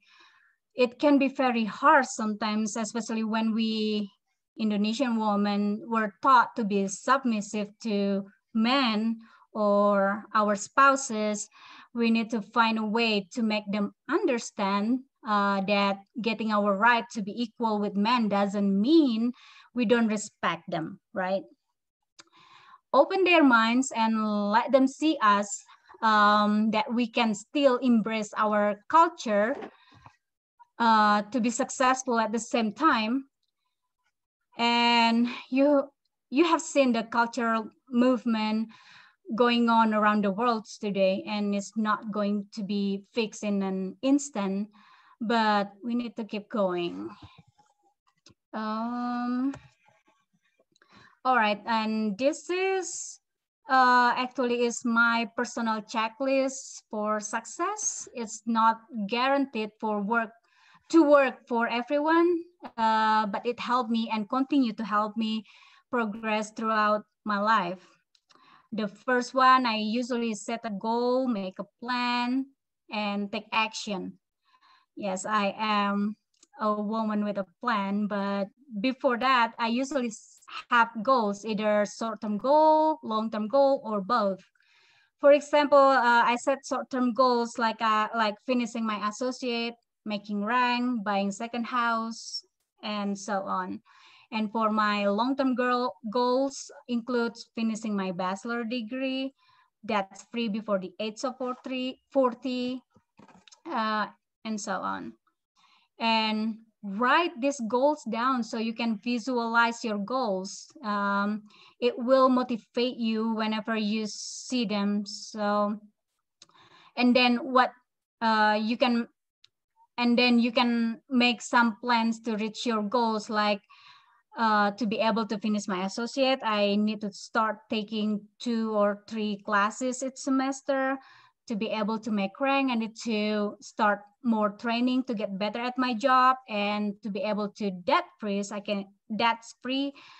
I can start using my paycheck and put extra money toward my car or house payments. The most important thing is taking action, that you actually do it so that you can get closer toward your goals.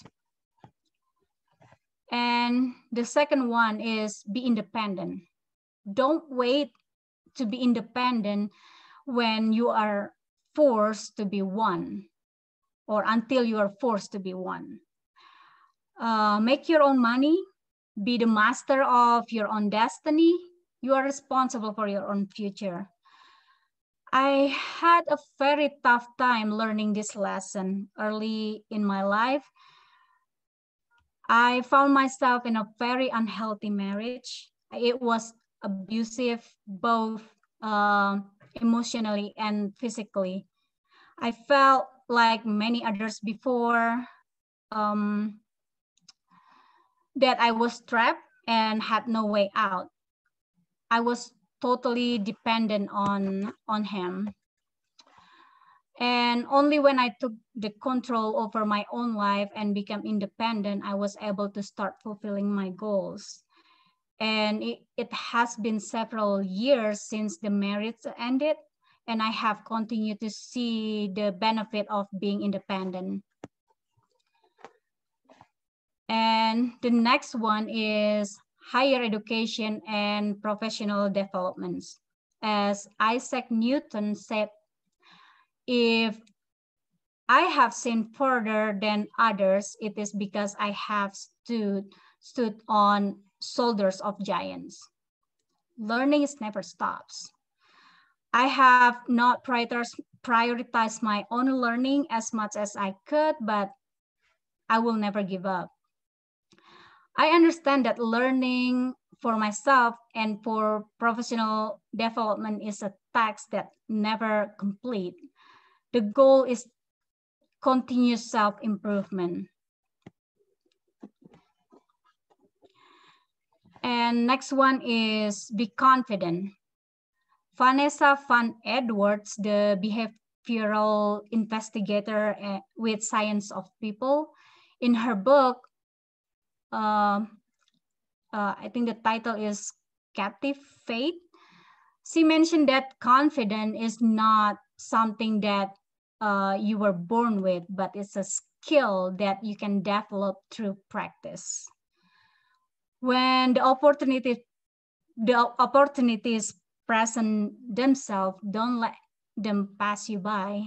As I said before, sometimes you just need to take a chance. Next is communicate effectively. Here's one of the big ones. I mentioned it several times already because the ability to understand and be understood is so important. Don't let this become an obstacle that is in your way. I had struggle in my first years in the US while learning English, which continued to my time in the Air Force. I had a wonderful female mentor in a leadership position that told me never let your background be an excuse to be treated differently. She motivated me to be better in communication and compete equally against my peers who speak English fluently. And the last one is never give up. President Theodore Roosevelt said nothing in the world is worth having or worth doing unless it means effort, pain, and difficulty. No matter how hard things get, find your motivation and don't give up. From the famous words of Nike, no pain, no gain, right? Now I'm open for question if you have any. Other than that, wear a mask and stay safe, everyone. Thank you. Okay, thank you very much, Miss Verona. Such an inspiring story. You share your personal experience from where you grow, where you live, and then what currently you are doing. So let me tell a brief story again about you. You are actually from Sumatra, Palembang. We are actually a neighbor because I'm from Jambi. So you love pempek, I love pempek as well. And hopefully you don't miss pempek that much this time, okay, Miss? I still can make it sometimes here. Yeah. Ah, that's good. I cannot make pempek. Actually, Miss Verona had a tough times when since she was young. She lost her dad, but her mom tried to carry her up and taught her to be independent, not to be dependent to others. And here she is right now as an airman, not an airwoman. This is what we should highlight because she's as strong as a man. That's what she said. And she's actually from Lubuk Linggau, but grow in Bandar Lampung. Is it? And I forget another city, but I know it's Palembang. Yes. Palembang, yeah. Mm-hmm. Okay. And then simply, long story short, there is a checklist that we can learn from her. The first one is even you have a plan, do have a goal in short term and long term. So set your goals in short term and long term, and then make the plan and take the actions instead of waiting or instead of just sitting around. So and also be independent instead of depending on other people. Higher education and professional developments, it's also required for the women because we are not kitchen worker. And be confident. This is actually the common issue in Indonesia for sure, because we grow with less confidence. That makes us in a deep gap of environment. And then communicate effectively. And the last but most important is that never give up, because I forget who quote this, but actually find that one motivations and never give up. So this is the summary from Miss Verona. Such a great story. We can learn much from her. And I guess the time is up from Miss Verona, but we still have another speaker from BINUS, Ibu Pantri Heriati. Before we start to the last speaker today, I would like to introduce Miss Pantri. Let me tell her short story first. So Dr. Pantri Heriati is an associate professor born in Jakarta 1st July. She completed her PhD at University of Indonesia in 2009 and her master degree from Wollongong University, Australia in 2007. Her major is business and marketing. Her academic career in education institution at Bina Nusantara University. Currently, she is the leader of Center Binus and Social Empowerment. Previously, she was the Dean of International Business Program and Head of Program for Master in Management Program at Binus Business School. Her more than 10 years of industry background included business and productivity consultants, marketing manager, international relation officer. She is passionate in conducting studies and research. Her research have been published in many reputable international publications. She and her colleague recently published 3 books, namely Branding Perguruan Tinggi di Era Digital 2019, Analisa Triple Helix Industri Fashion di Jakarta 2019, and Perspektif Industri Financial Technology di Indonesia 2020.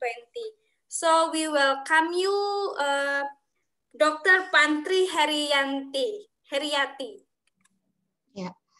Good afternoon, everyone, distinguished panelists, speakers, the great woman from, I guess, several countries. Yeah. Thank you for joining this forum, this virtual forums. Thank you, Dr. Sinta, for leading and moderating the sessions. I think I shall, please allow me to share my material, my PPT. Of course. Thank you.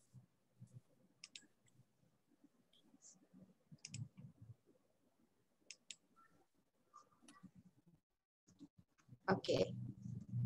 I hope the PPT is already on your screen now.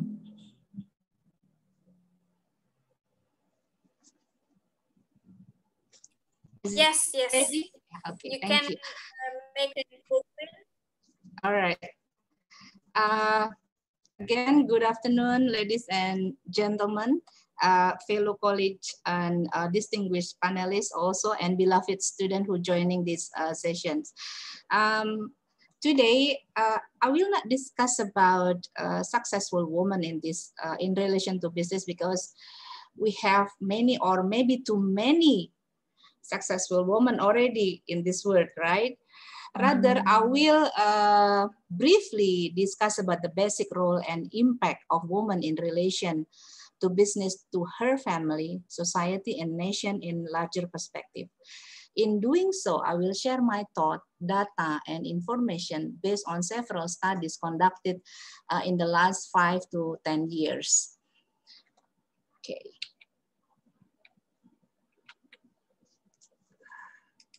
All right.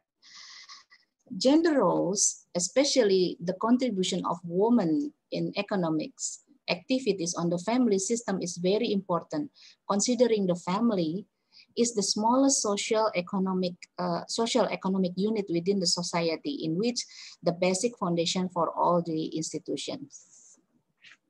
There are many roles, multi-roles of women and their participation in business activities. Among the roles will include the first one, women as mother, they may giving a good example to their kids by showing how to be professionals and teach them about the responsibility.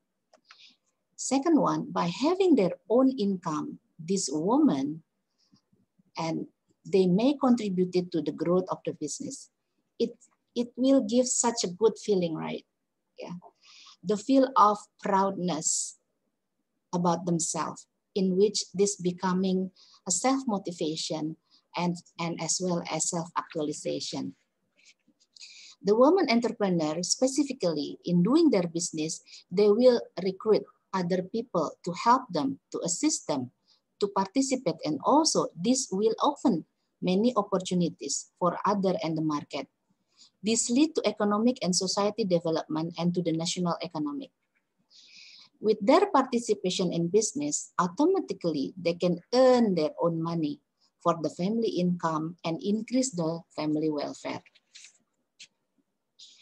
Based on study by Acquire and others in 2012, the raising the female labor force participation has boosted the country's GDP by 5% in the United States, 9% in Japan, 12% in the United Arab Emirates, and 34% in Egypt.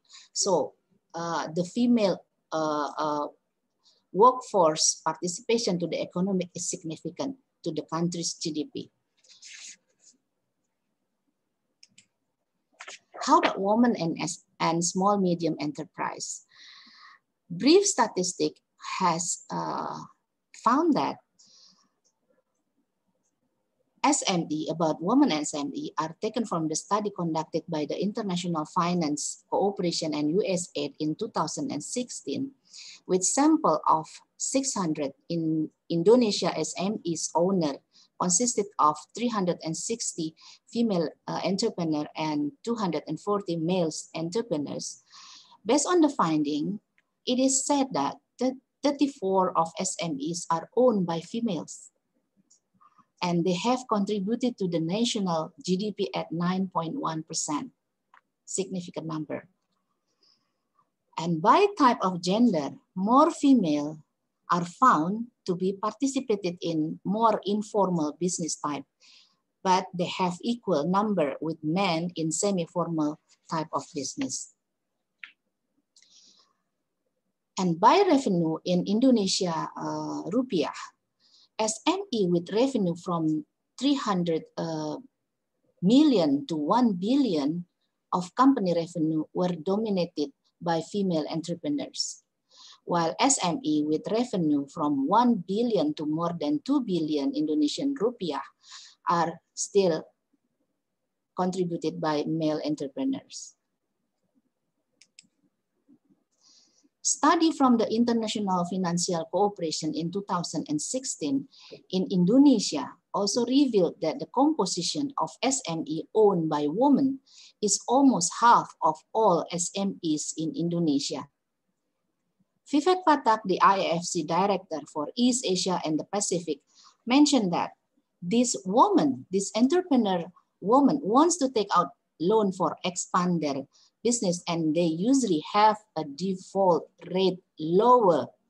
We have to highlight this. Yeah, the entrepreneur woman who take loan from the bank, they, based on the study they usually have a default rate lower than that of men.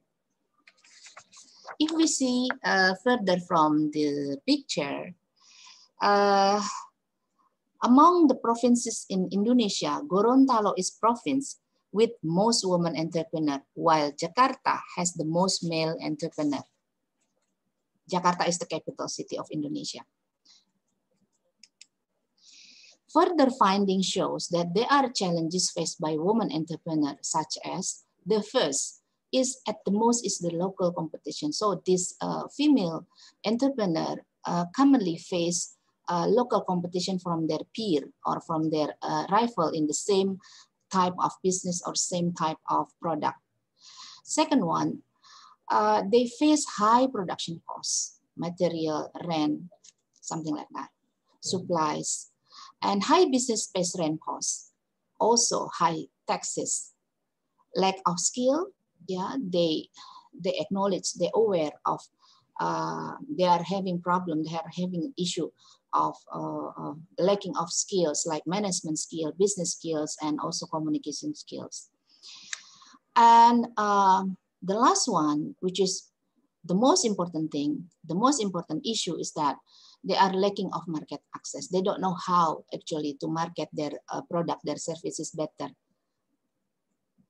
It is also found that more women using their loan investment for buying machinery for product development and marketing related activities, while men are usually they use the loan for to develop more on the physical infrastructure of their business.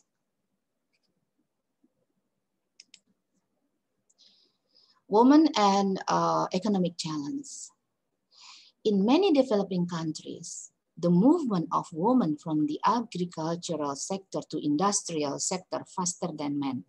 In around 1960, the proportion of women who were working at the industrial sector are about 21%, but it is increased to 26.5% in the 80s. Its growth is getting faster when the number of industry is export-oriented and has been expanded. There are three general views in the literature on women and industrialization. First, the involvement of women in industry has been able to elevate the status of women and work into more subtle work, breaking down the patriarchal structures in the house and family and give her better bargaining position. Secondly, involvement women in industry is something negative and exploitative. Here that we can admit that, we cannot omit that. Because of low wages, no improvement in wages and working conditions, relationship with men, with their men colleagues at work are often patriarchal and are often target of sexual violence, unfortunately. Thirdly, the involvement of women in industry can occur in job exploitative, but bring improvement, but yet this may bring improvement to the social and economics. Women in their lives has been accustomed to survive and work to support the family, even with the skills that are still very limited and other unsupportive conditions, such as female workforce is slow replaced by machines, skilled labor, and cultural value restrictions. Women are also most vulnerable to various impact of economic policies. Development of the single market and labor market liberalization will ultimately only be exposes women to a dilemma between being unemployed or participation into cheap labor. In many low-income countries, women and girls are particularly vulnerable to the effect of economic crisis. The global financial crisis disproportionately affected female workers, such as in Latin America and the Caribbean, where women accounted for about 70% of layoffs in Mexico and Honduras. Many workers, male and female, find it necessary to engage in lower paid and riskier work in response to the crisis. But women and girls were more likely to take risky, unprotected, and often informal employment. Creating more and better opportunities for women to engage in paid work and a greater ability to control their income and assets can also contribute to stronger economic growth in emerging market and low-income economics. And such growth can in turn foster greater improvement in women's disadvantaged situation or conditions. Women and future work. According to the ILO, International Labour Organization, women's work, both paid and unpaid, may be the single most important poverty-reducing factor in developing economics. Women are more likely than men to invest a large proportion of their household income to educate their children. In the economic inclusion, as a start, greater labor force participation and higher earning for women could result in higher expenditure on schooling for children, including girls, potentially triggering a virtuous cycle when educated women become role models for youngers or for others women. In their analysis of companies with a focus on innovation, Desco and Ross in 2011 find that female representation in top management can improve performance of the organization or the companies. There is also strong evidence that having women on boards and in senior management position has a positive impact on companies' performance and profitability. For example, companies that employ female managers may be better positioned to serve consumer market dominated by women.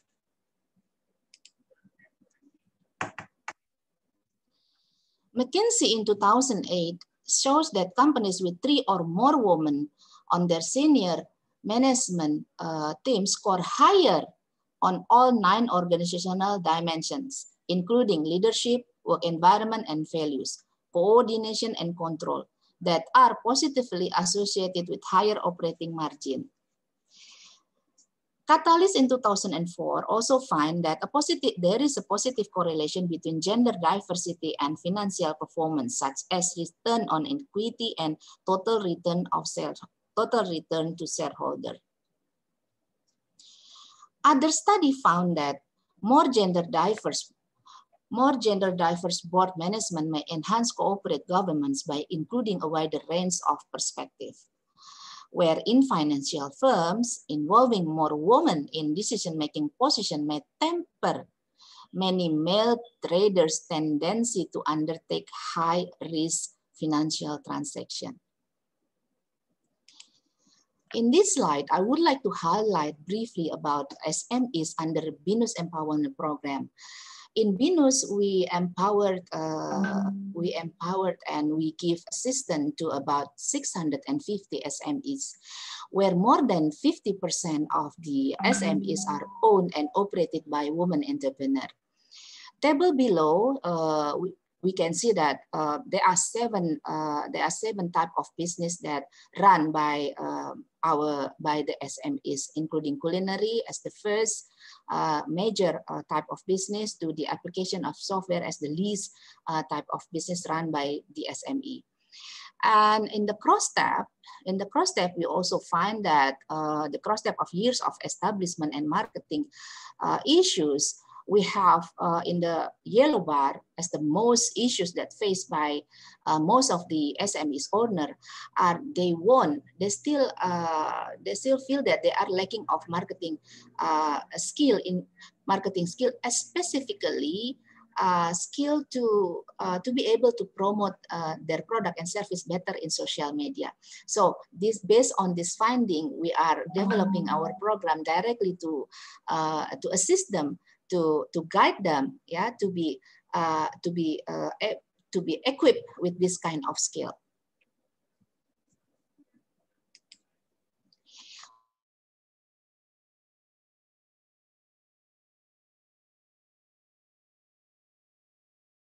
Is the most important step for many countries to take to enhance the participation of women in the economy. Removing gender-based legal obstacle and restriction is another important policy step to broaden the ability of women to work and receive the same economic rights and opportunity as men. Fiscal policies, including how labor income is taxed and the nature of government spending on social welfare, can be structured to encourage women to enter the workforce. The key to fostering gender equality in the economy is increased involvement of women in the labor market and in position of responsibility and power. And here is my conclusions. First one, our failure to unleash woman potential is one of the greatest tragedies and missed opportunity. Economic inclusion would be the best practical answer to this issue. How to promote women economic participation? Given the varied and complex drivers at play, it is clear that closing the gender gap requires hard work across many scopes, tailored to countries' needs and norms. In many advanced economies, for instance, the solution may lie in revising tax codes, providing high quality and affordable childcare, and establishing well-designed parental leave policies. In many developing economies, better infrastructure in rural areas and increased investment in girls' education will help. More equal laws to decrease discrimination is also a practically universal priority. Support from education and education institution, industry, government, and all aspects in society are important to create the supportive ecosystem for development of women participation in the economics. Thank you. That's all my sharing. Thank you very much. Thank you, Ibu Pantri, Ibu Dr. Pantri, for your Thank sessions. you, Dr. Sinta. It is such knowledgeable sessions in the angle of women in the business side. So let me have a short summary from your materials, which is talking about how female more participated in informal business, which is so-called small medium enterprises.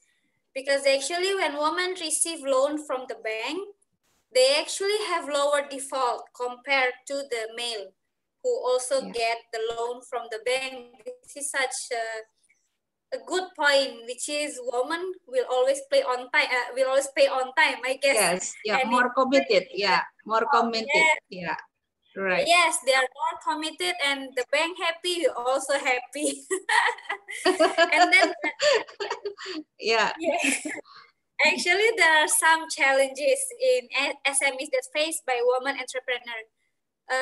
Several points. The first one is, and the most issue, the highest issue is the local competitions, because actually they are not only competing among women but also the entire SMEs. And then about the high cost, high rents or lack of space, of course, and then the high taxes and lack of skilled staff, like they don't know where to start or where to find the market, how to market their products, and and then actually women also face the economic challenge and also the future world, how they deal with. And Ibu Pantri also showed the highlights of SMEs under BINU's empowerment program. And she also shares about the policies to promote female economic participations. So I guess we have shared all the materials, the sessions from all the speakers, 5 speakers, which is such a long story this afternoon. And after this, we shall just continue with the question and answer sessions to the speakers. I have summary some.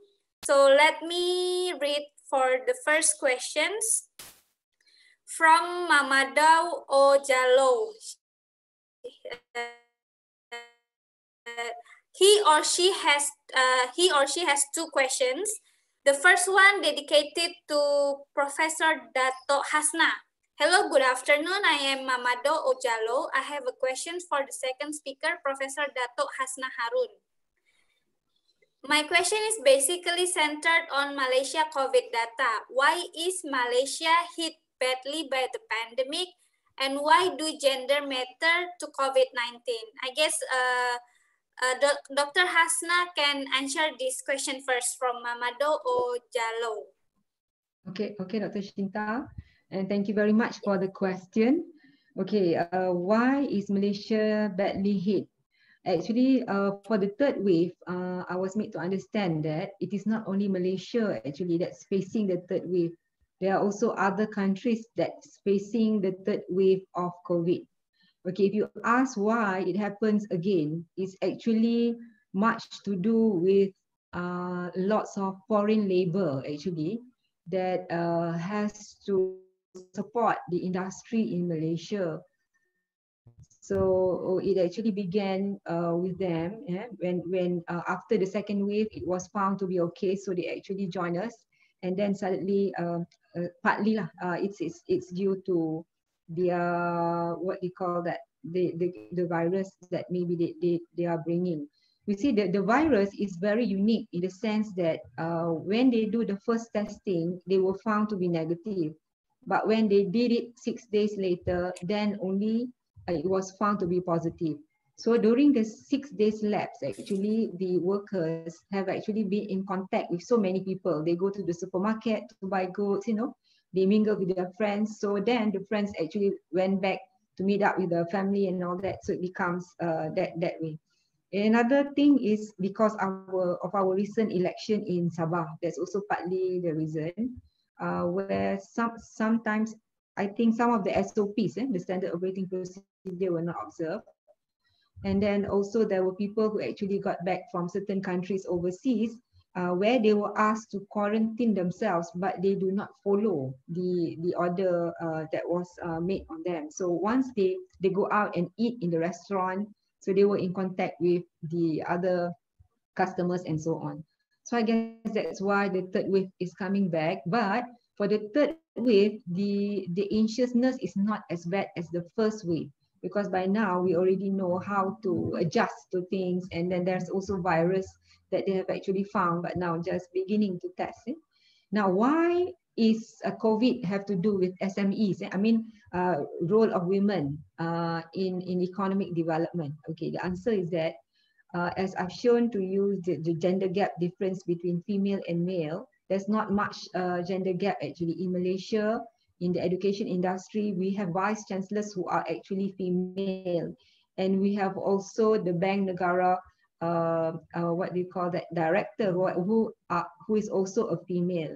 And now the head of security in Malaysia is also a female.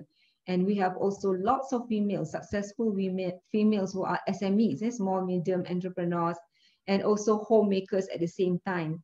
So therefore, they need to be resilient to face these challenges of COVID-19 pandemic. So that's why I actually share with you some of the tools or list of practices that should be undertaken by the individuals, by the business leaders, by the educators, and also by the organization. Because we are also the caretaker of the home, we are also business people, we are also an employee of an organization, and we are also leaders of organization. So with resilience, then you can actually move forward, and therefore you can actually help the economy to prosper. Thank you. Doctor, all right, okay, thank you. That's for the two questions. Thank you for the question. Okay, thank you for the very right. specific answer, Dr. Hasna. It's very clear. Hopefully, Miss or Mr. Mamado can get the answer. And then actually there is another questions from Mamado as well, but the second one is dedicated to Miss Ferro. Good day. I have a question for Miss Ferro. First, I want to say your story is so inspirational. I wish you the best ahead. And then his question is, why is our societies degrading and judgmental to women? What impact does this have on them? Thank you. So the questions goes to Miss Ferro. Thank you again for the question, Mama Dao.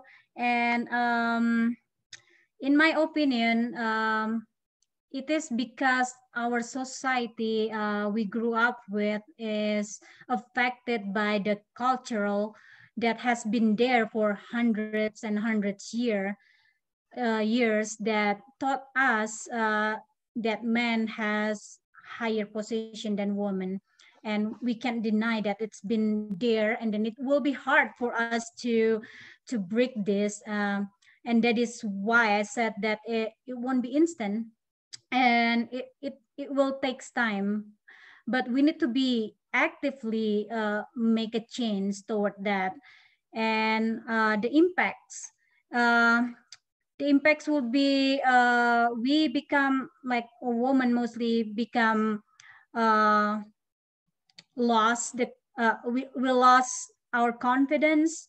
And sometimes it makes us stop trying when everybody like where the society judging us or looking at us certain way. And even we usually like look down to ourselves and our capability for doing big things. That's I think the impact for what happening in society right now.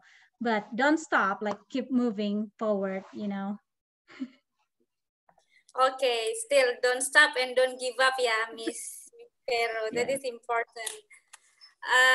Thank you, Miss. Actually, there are another questions, but let me go to Miss Pantry first for another questions from Benedictus. Dear Miss Pantry, I saw the table that you showed before about the women entrepreneurs struggled,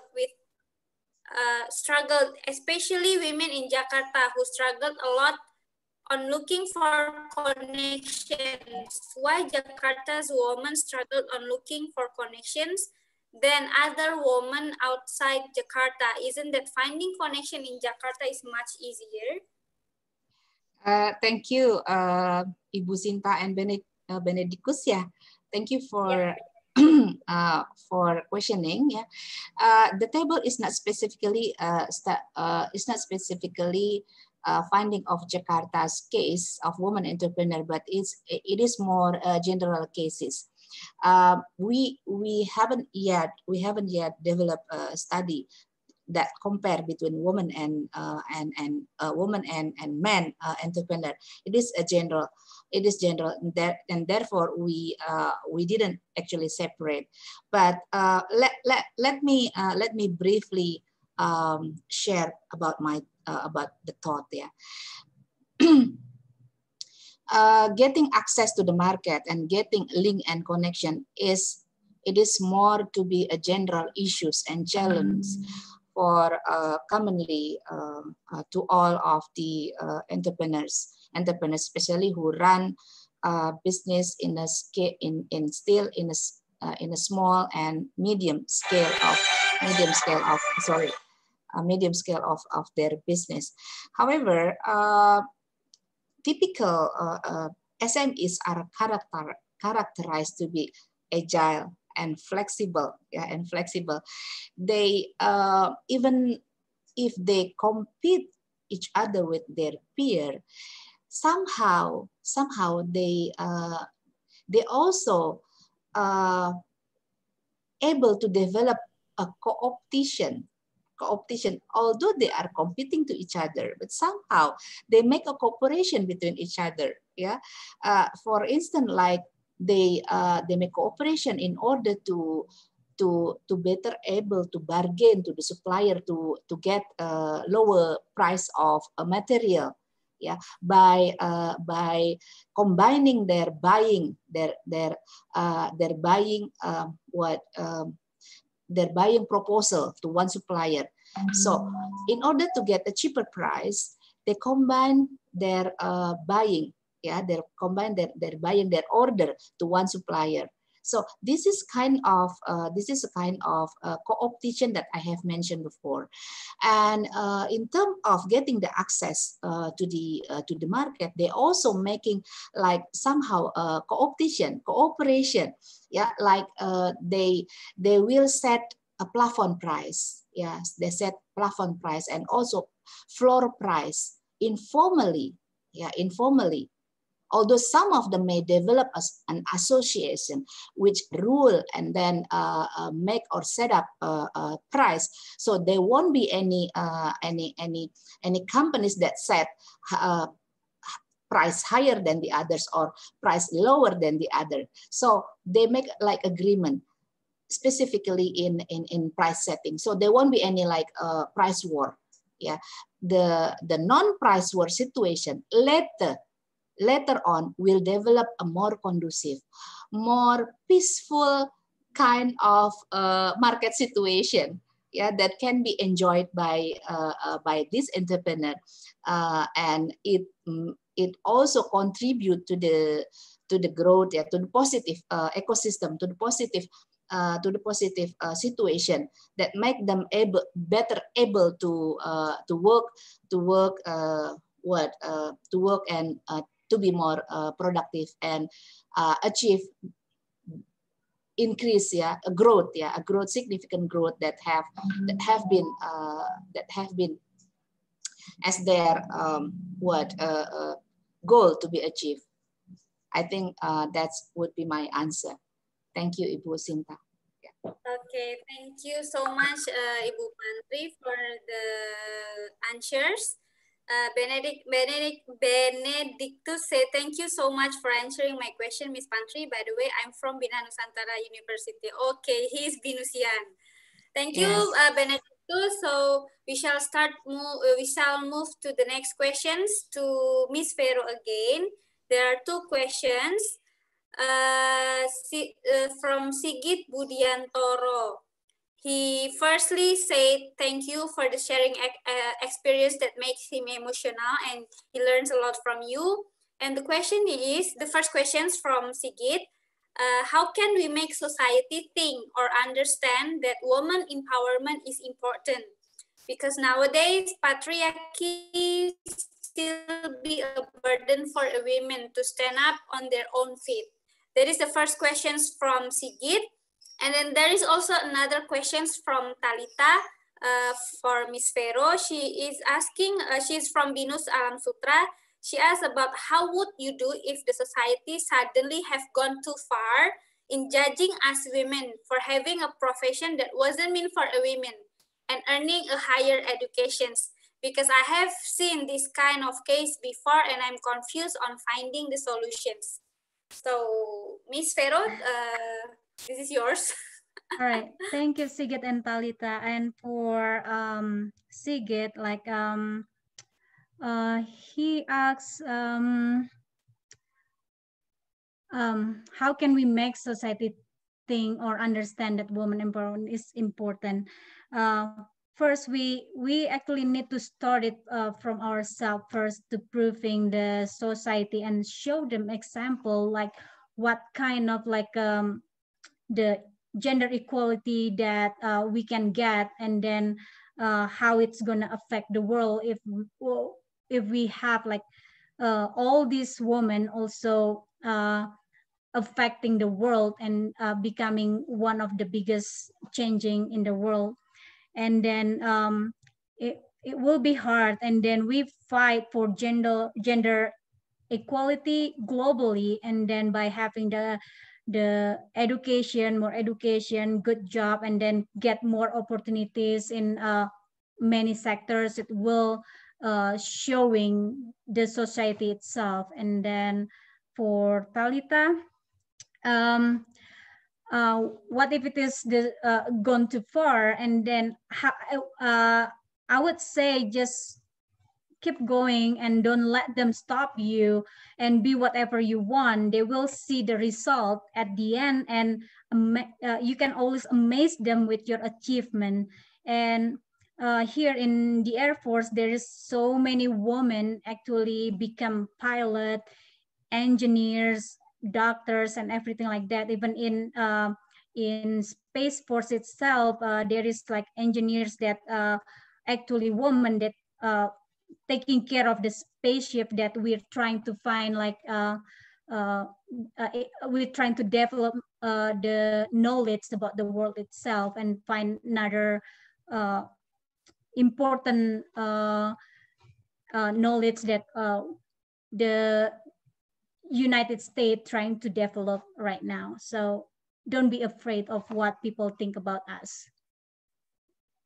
I think that's all I can say. Okay, thank you very much, Miss Vero. Actually, I guess the students were moved by your story, and hopefully this will be a new hope for us as the participant, not only from Miss Vero's stories, but also from the knowledgeable sessions from other speakers.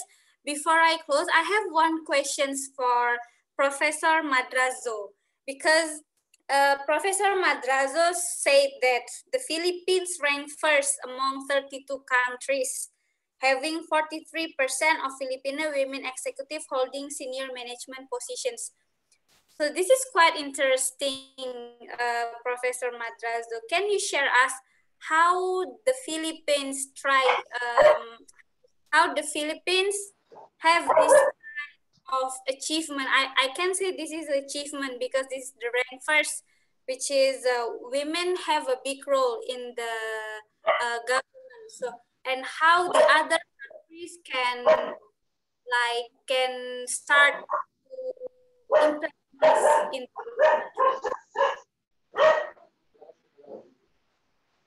Dr. Shinta, do you mind repeating the question? Oh, okay. Actually, simply. Okay. Actually, simply, I'm asking about like, as Philippines is the first rank among 32 countries having the like the women are also the leaders in the country, how the other country also implement this kind of things when a gender issue is still raising in their own country. Okay. At the, for a start, as I told you earlier, our country has always been regarded women highly. Don't get me wrong. We would have also problems with women being harassed. We have that, all of that, or women being second rated, or women having less salaries than the men. And yet, even before, we have been allowed to be educated. I come from 7 children. My parents and I were 7 children. There are 3 girls and 4 boys. Yet not one of us took our university degrees according to our parents' wants. No, it is what we wanted. Okay, an example. My grandmother wanted for me to take up nursing because that was her profession. She was a nurse. So when I was growing up, I wanted to be a nurse. But then in senior high school, or we don't have senior high school then, just high school. In high school, I was introduced to economics. And I got so fascinated with it. And I had to tell my grandfather, we call it Lolo, Lolo, I don't like to be a nurse anymore. I don't like to be a nurse anymore. Because all along when I was growing up, I would also say, people, maybe even in Indonesia, it's like that. What do you want to be when you grow up? Okay? So it was like that. I want to be a nurse. I will be a nurse. All this. Yeah. So before I graduate for the university, I have to tell my grandfather, I don't like to be a nurse anymore. Then my grandfather says, what do you want to be? What will you take up in high school, in college? I said, I want to take up economics. And even some people were saying, you will take up economics, but you're not very good in math because there are a lot of mathematics in economics. I says, I will make it. My father says, because my nickname is Sweet. So he told me, Sweet, math is just like music because I sing. So she says, it's just like music. You practice and you will perfect it. You are going to make it. So I took up economics. So again, as I heard with one of the speakers, it's also the culture. The culture will help. It may take long for the other countries. We have problems. Don't be, I am not closing my eyes on them. We have problems on being done to women, but at least we are trying to do something about them. And there are many women in the government, even in government positions. They're taking up the lead. They're secretaries of departments. They're undersecretaries. They're everywhere. I hope I answered your question. Okay, thank you so much, Professor Sweet, as your nickname Yes. is Sweet, as sweet as the person. Thank you. Yes, thank you. It's very, very, how to say, you answer based on your true story, so I can get the answer very clearly. So thank you so much to all the, yes, thank you so much to all the honorable speakers, Professor Madrazo, Professor Dato Hasna, sorry, Miss Azuba, she already left actually, and then Miss Vero, and then Bu Pantri. Also, thank you to all the participants who have actively participated in this conference. Thank you to Community Development of Binus University, who has prepare such a great conference right now. Thank you to Bu Retno, who have been staying from the beginning until the end. Yes. And thank you. Thank you, Bu Retno. Thank you. Thank Bu you. Sinta. Thank you very much to everybody. Thank you, Professor Hasna. Thanks. Thank you, Professor Madraso. Thank you, Bu Thank Vero. you. Bu Thank Verona you. and Rosa. Please take picture everyone. first. Yeah. before we close, Semuanya ya. before we close, Yeah, Bu. It's been delightful to meet you here. yes, Sukses ya, Bu. before Ibu juga ya. Ya, amin, amin, Bu. let me give you a short quote that women are the heart of the nations. So thank you for this wonderful sharing session, especially for the women. So women empower women. So before we close these sessions, I would like to ask the help from the team of Mr. Hassan to take the picture to keep memories for us. Yeah, but before we take a photo, let me say hi to Dr. Yusria Alhamshari, the previous, the yesterday speaker, one of them. She joined again today as a participant. Thank you very much for participating today. Thank you, Dr. Yusria. Okay, let's take a picture then. Everybody, please, yeah, turn on your camera. Yes, if you don't mind, because we're going to take a picture as a proof that you're here. All right, we have 10 pages here, so it might take a while to take pictures. Okay, I will, okay, the first page on 3, 1, 2, 3. Okay, thank you. And the second page, wait. All right. 1, 2, 3. Thank you. The third.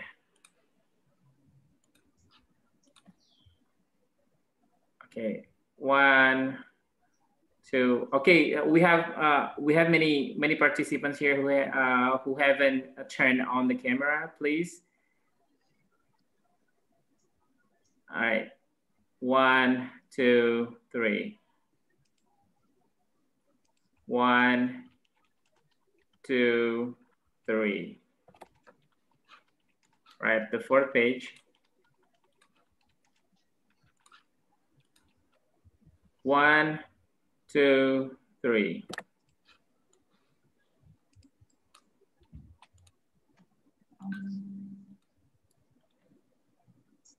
Fifth, 1, 2, 3.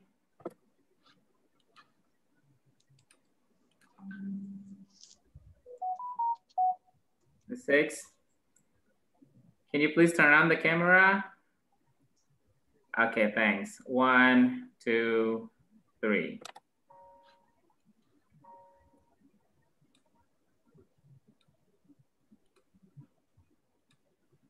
The seventh, 1, 2, 3.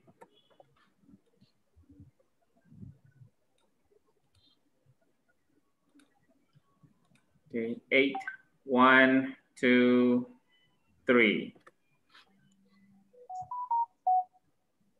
I saw there's a lot of cartoons here. Yeah. The ninth, 1, 2, 3.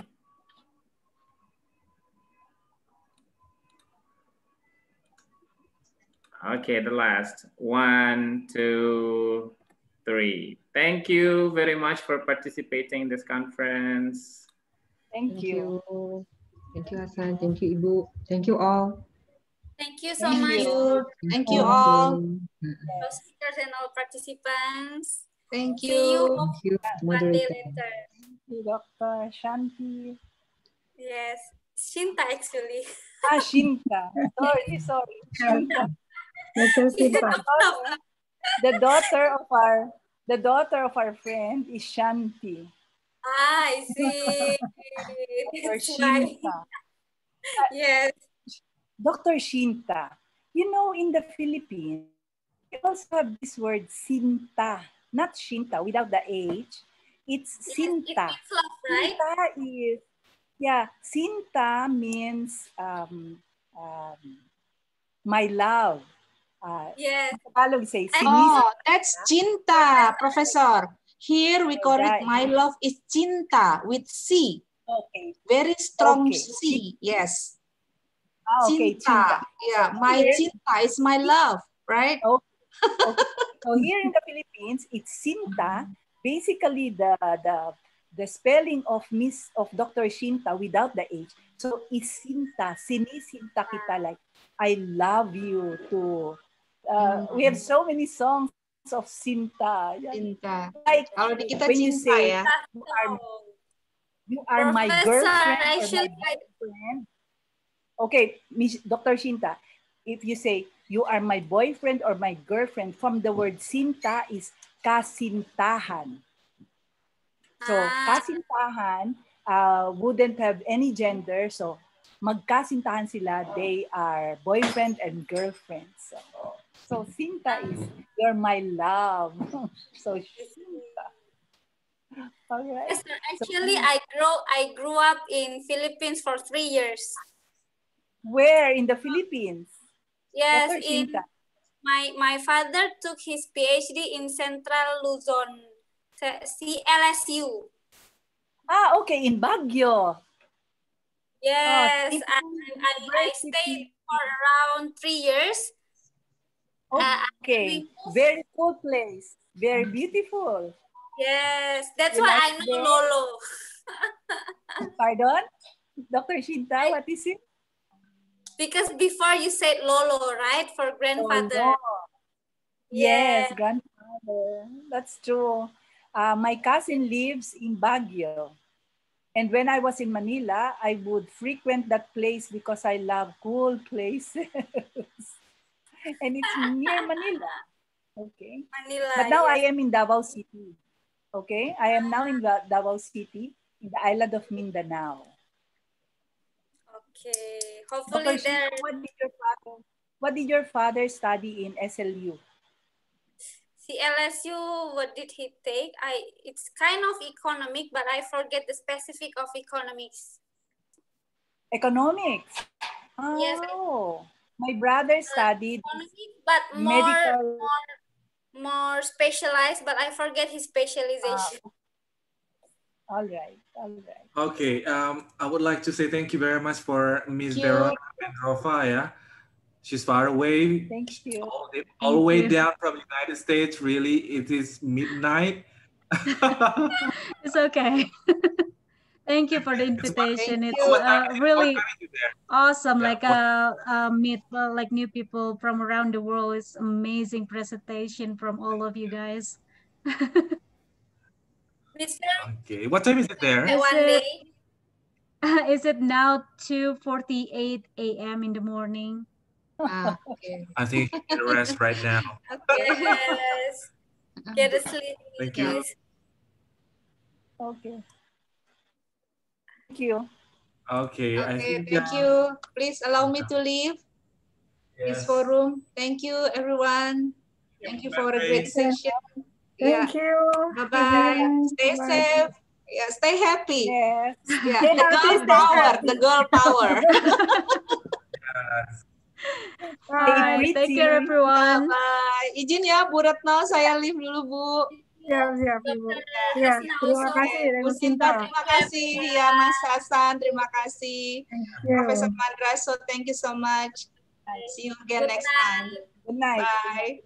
Thank you. All right. Thank you, Mbak Sinta. Thank you, Mas Hasan. Thank you, Miss Sweet David Madrazo. Really appreciate your help. Thank you very much.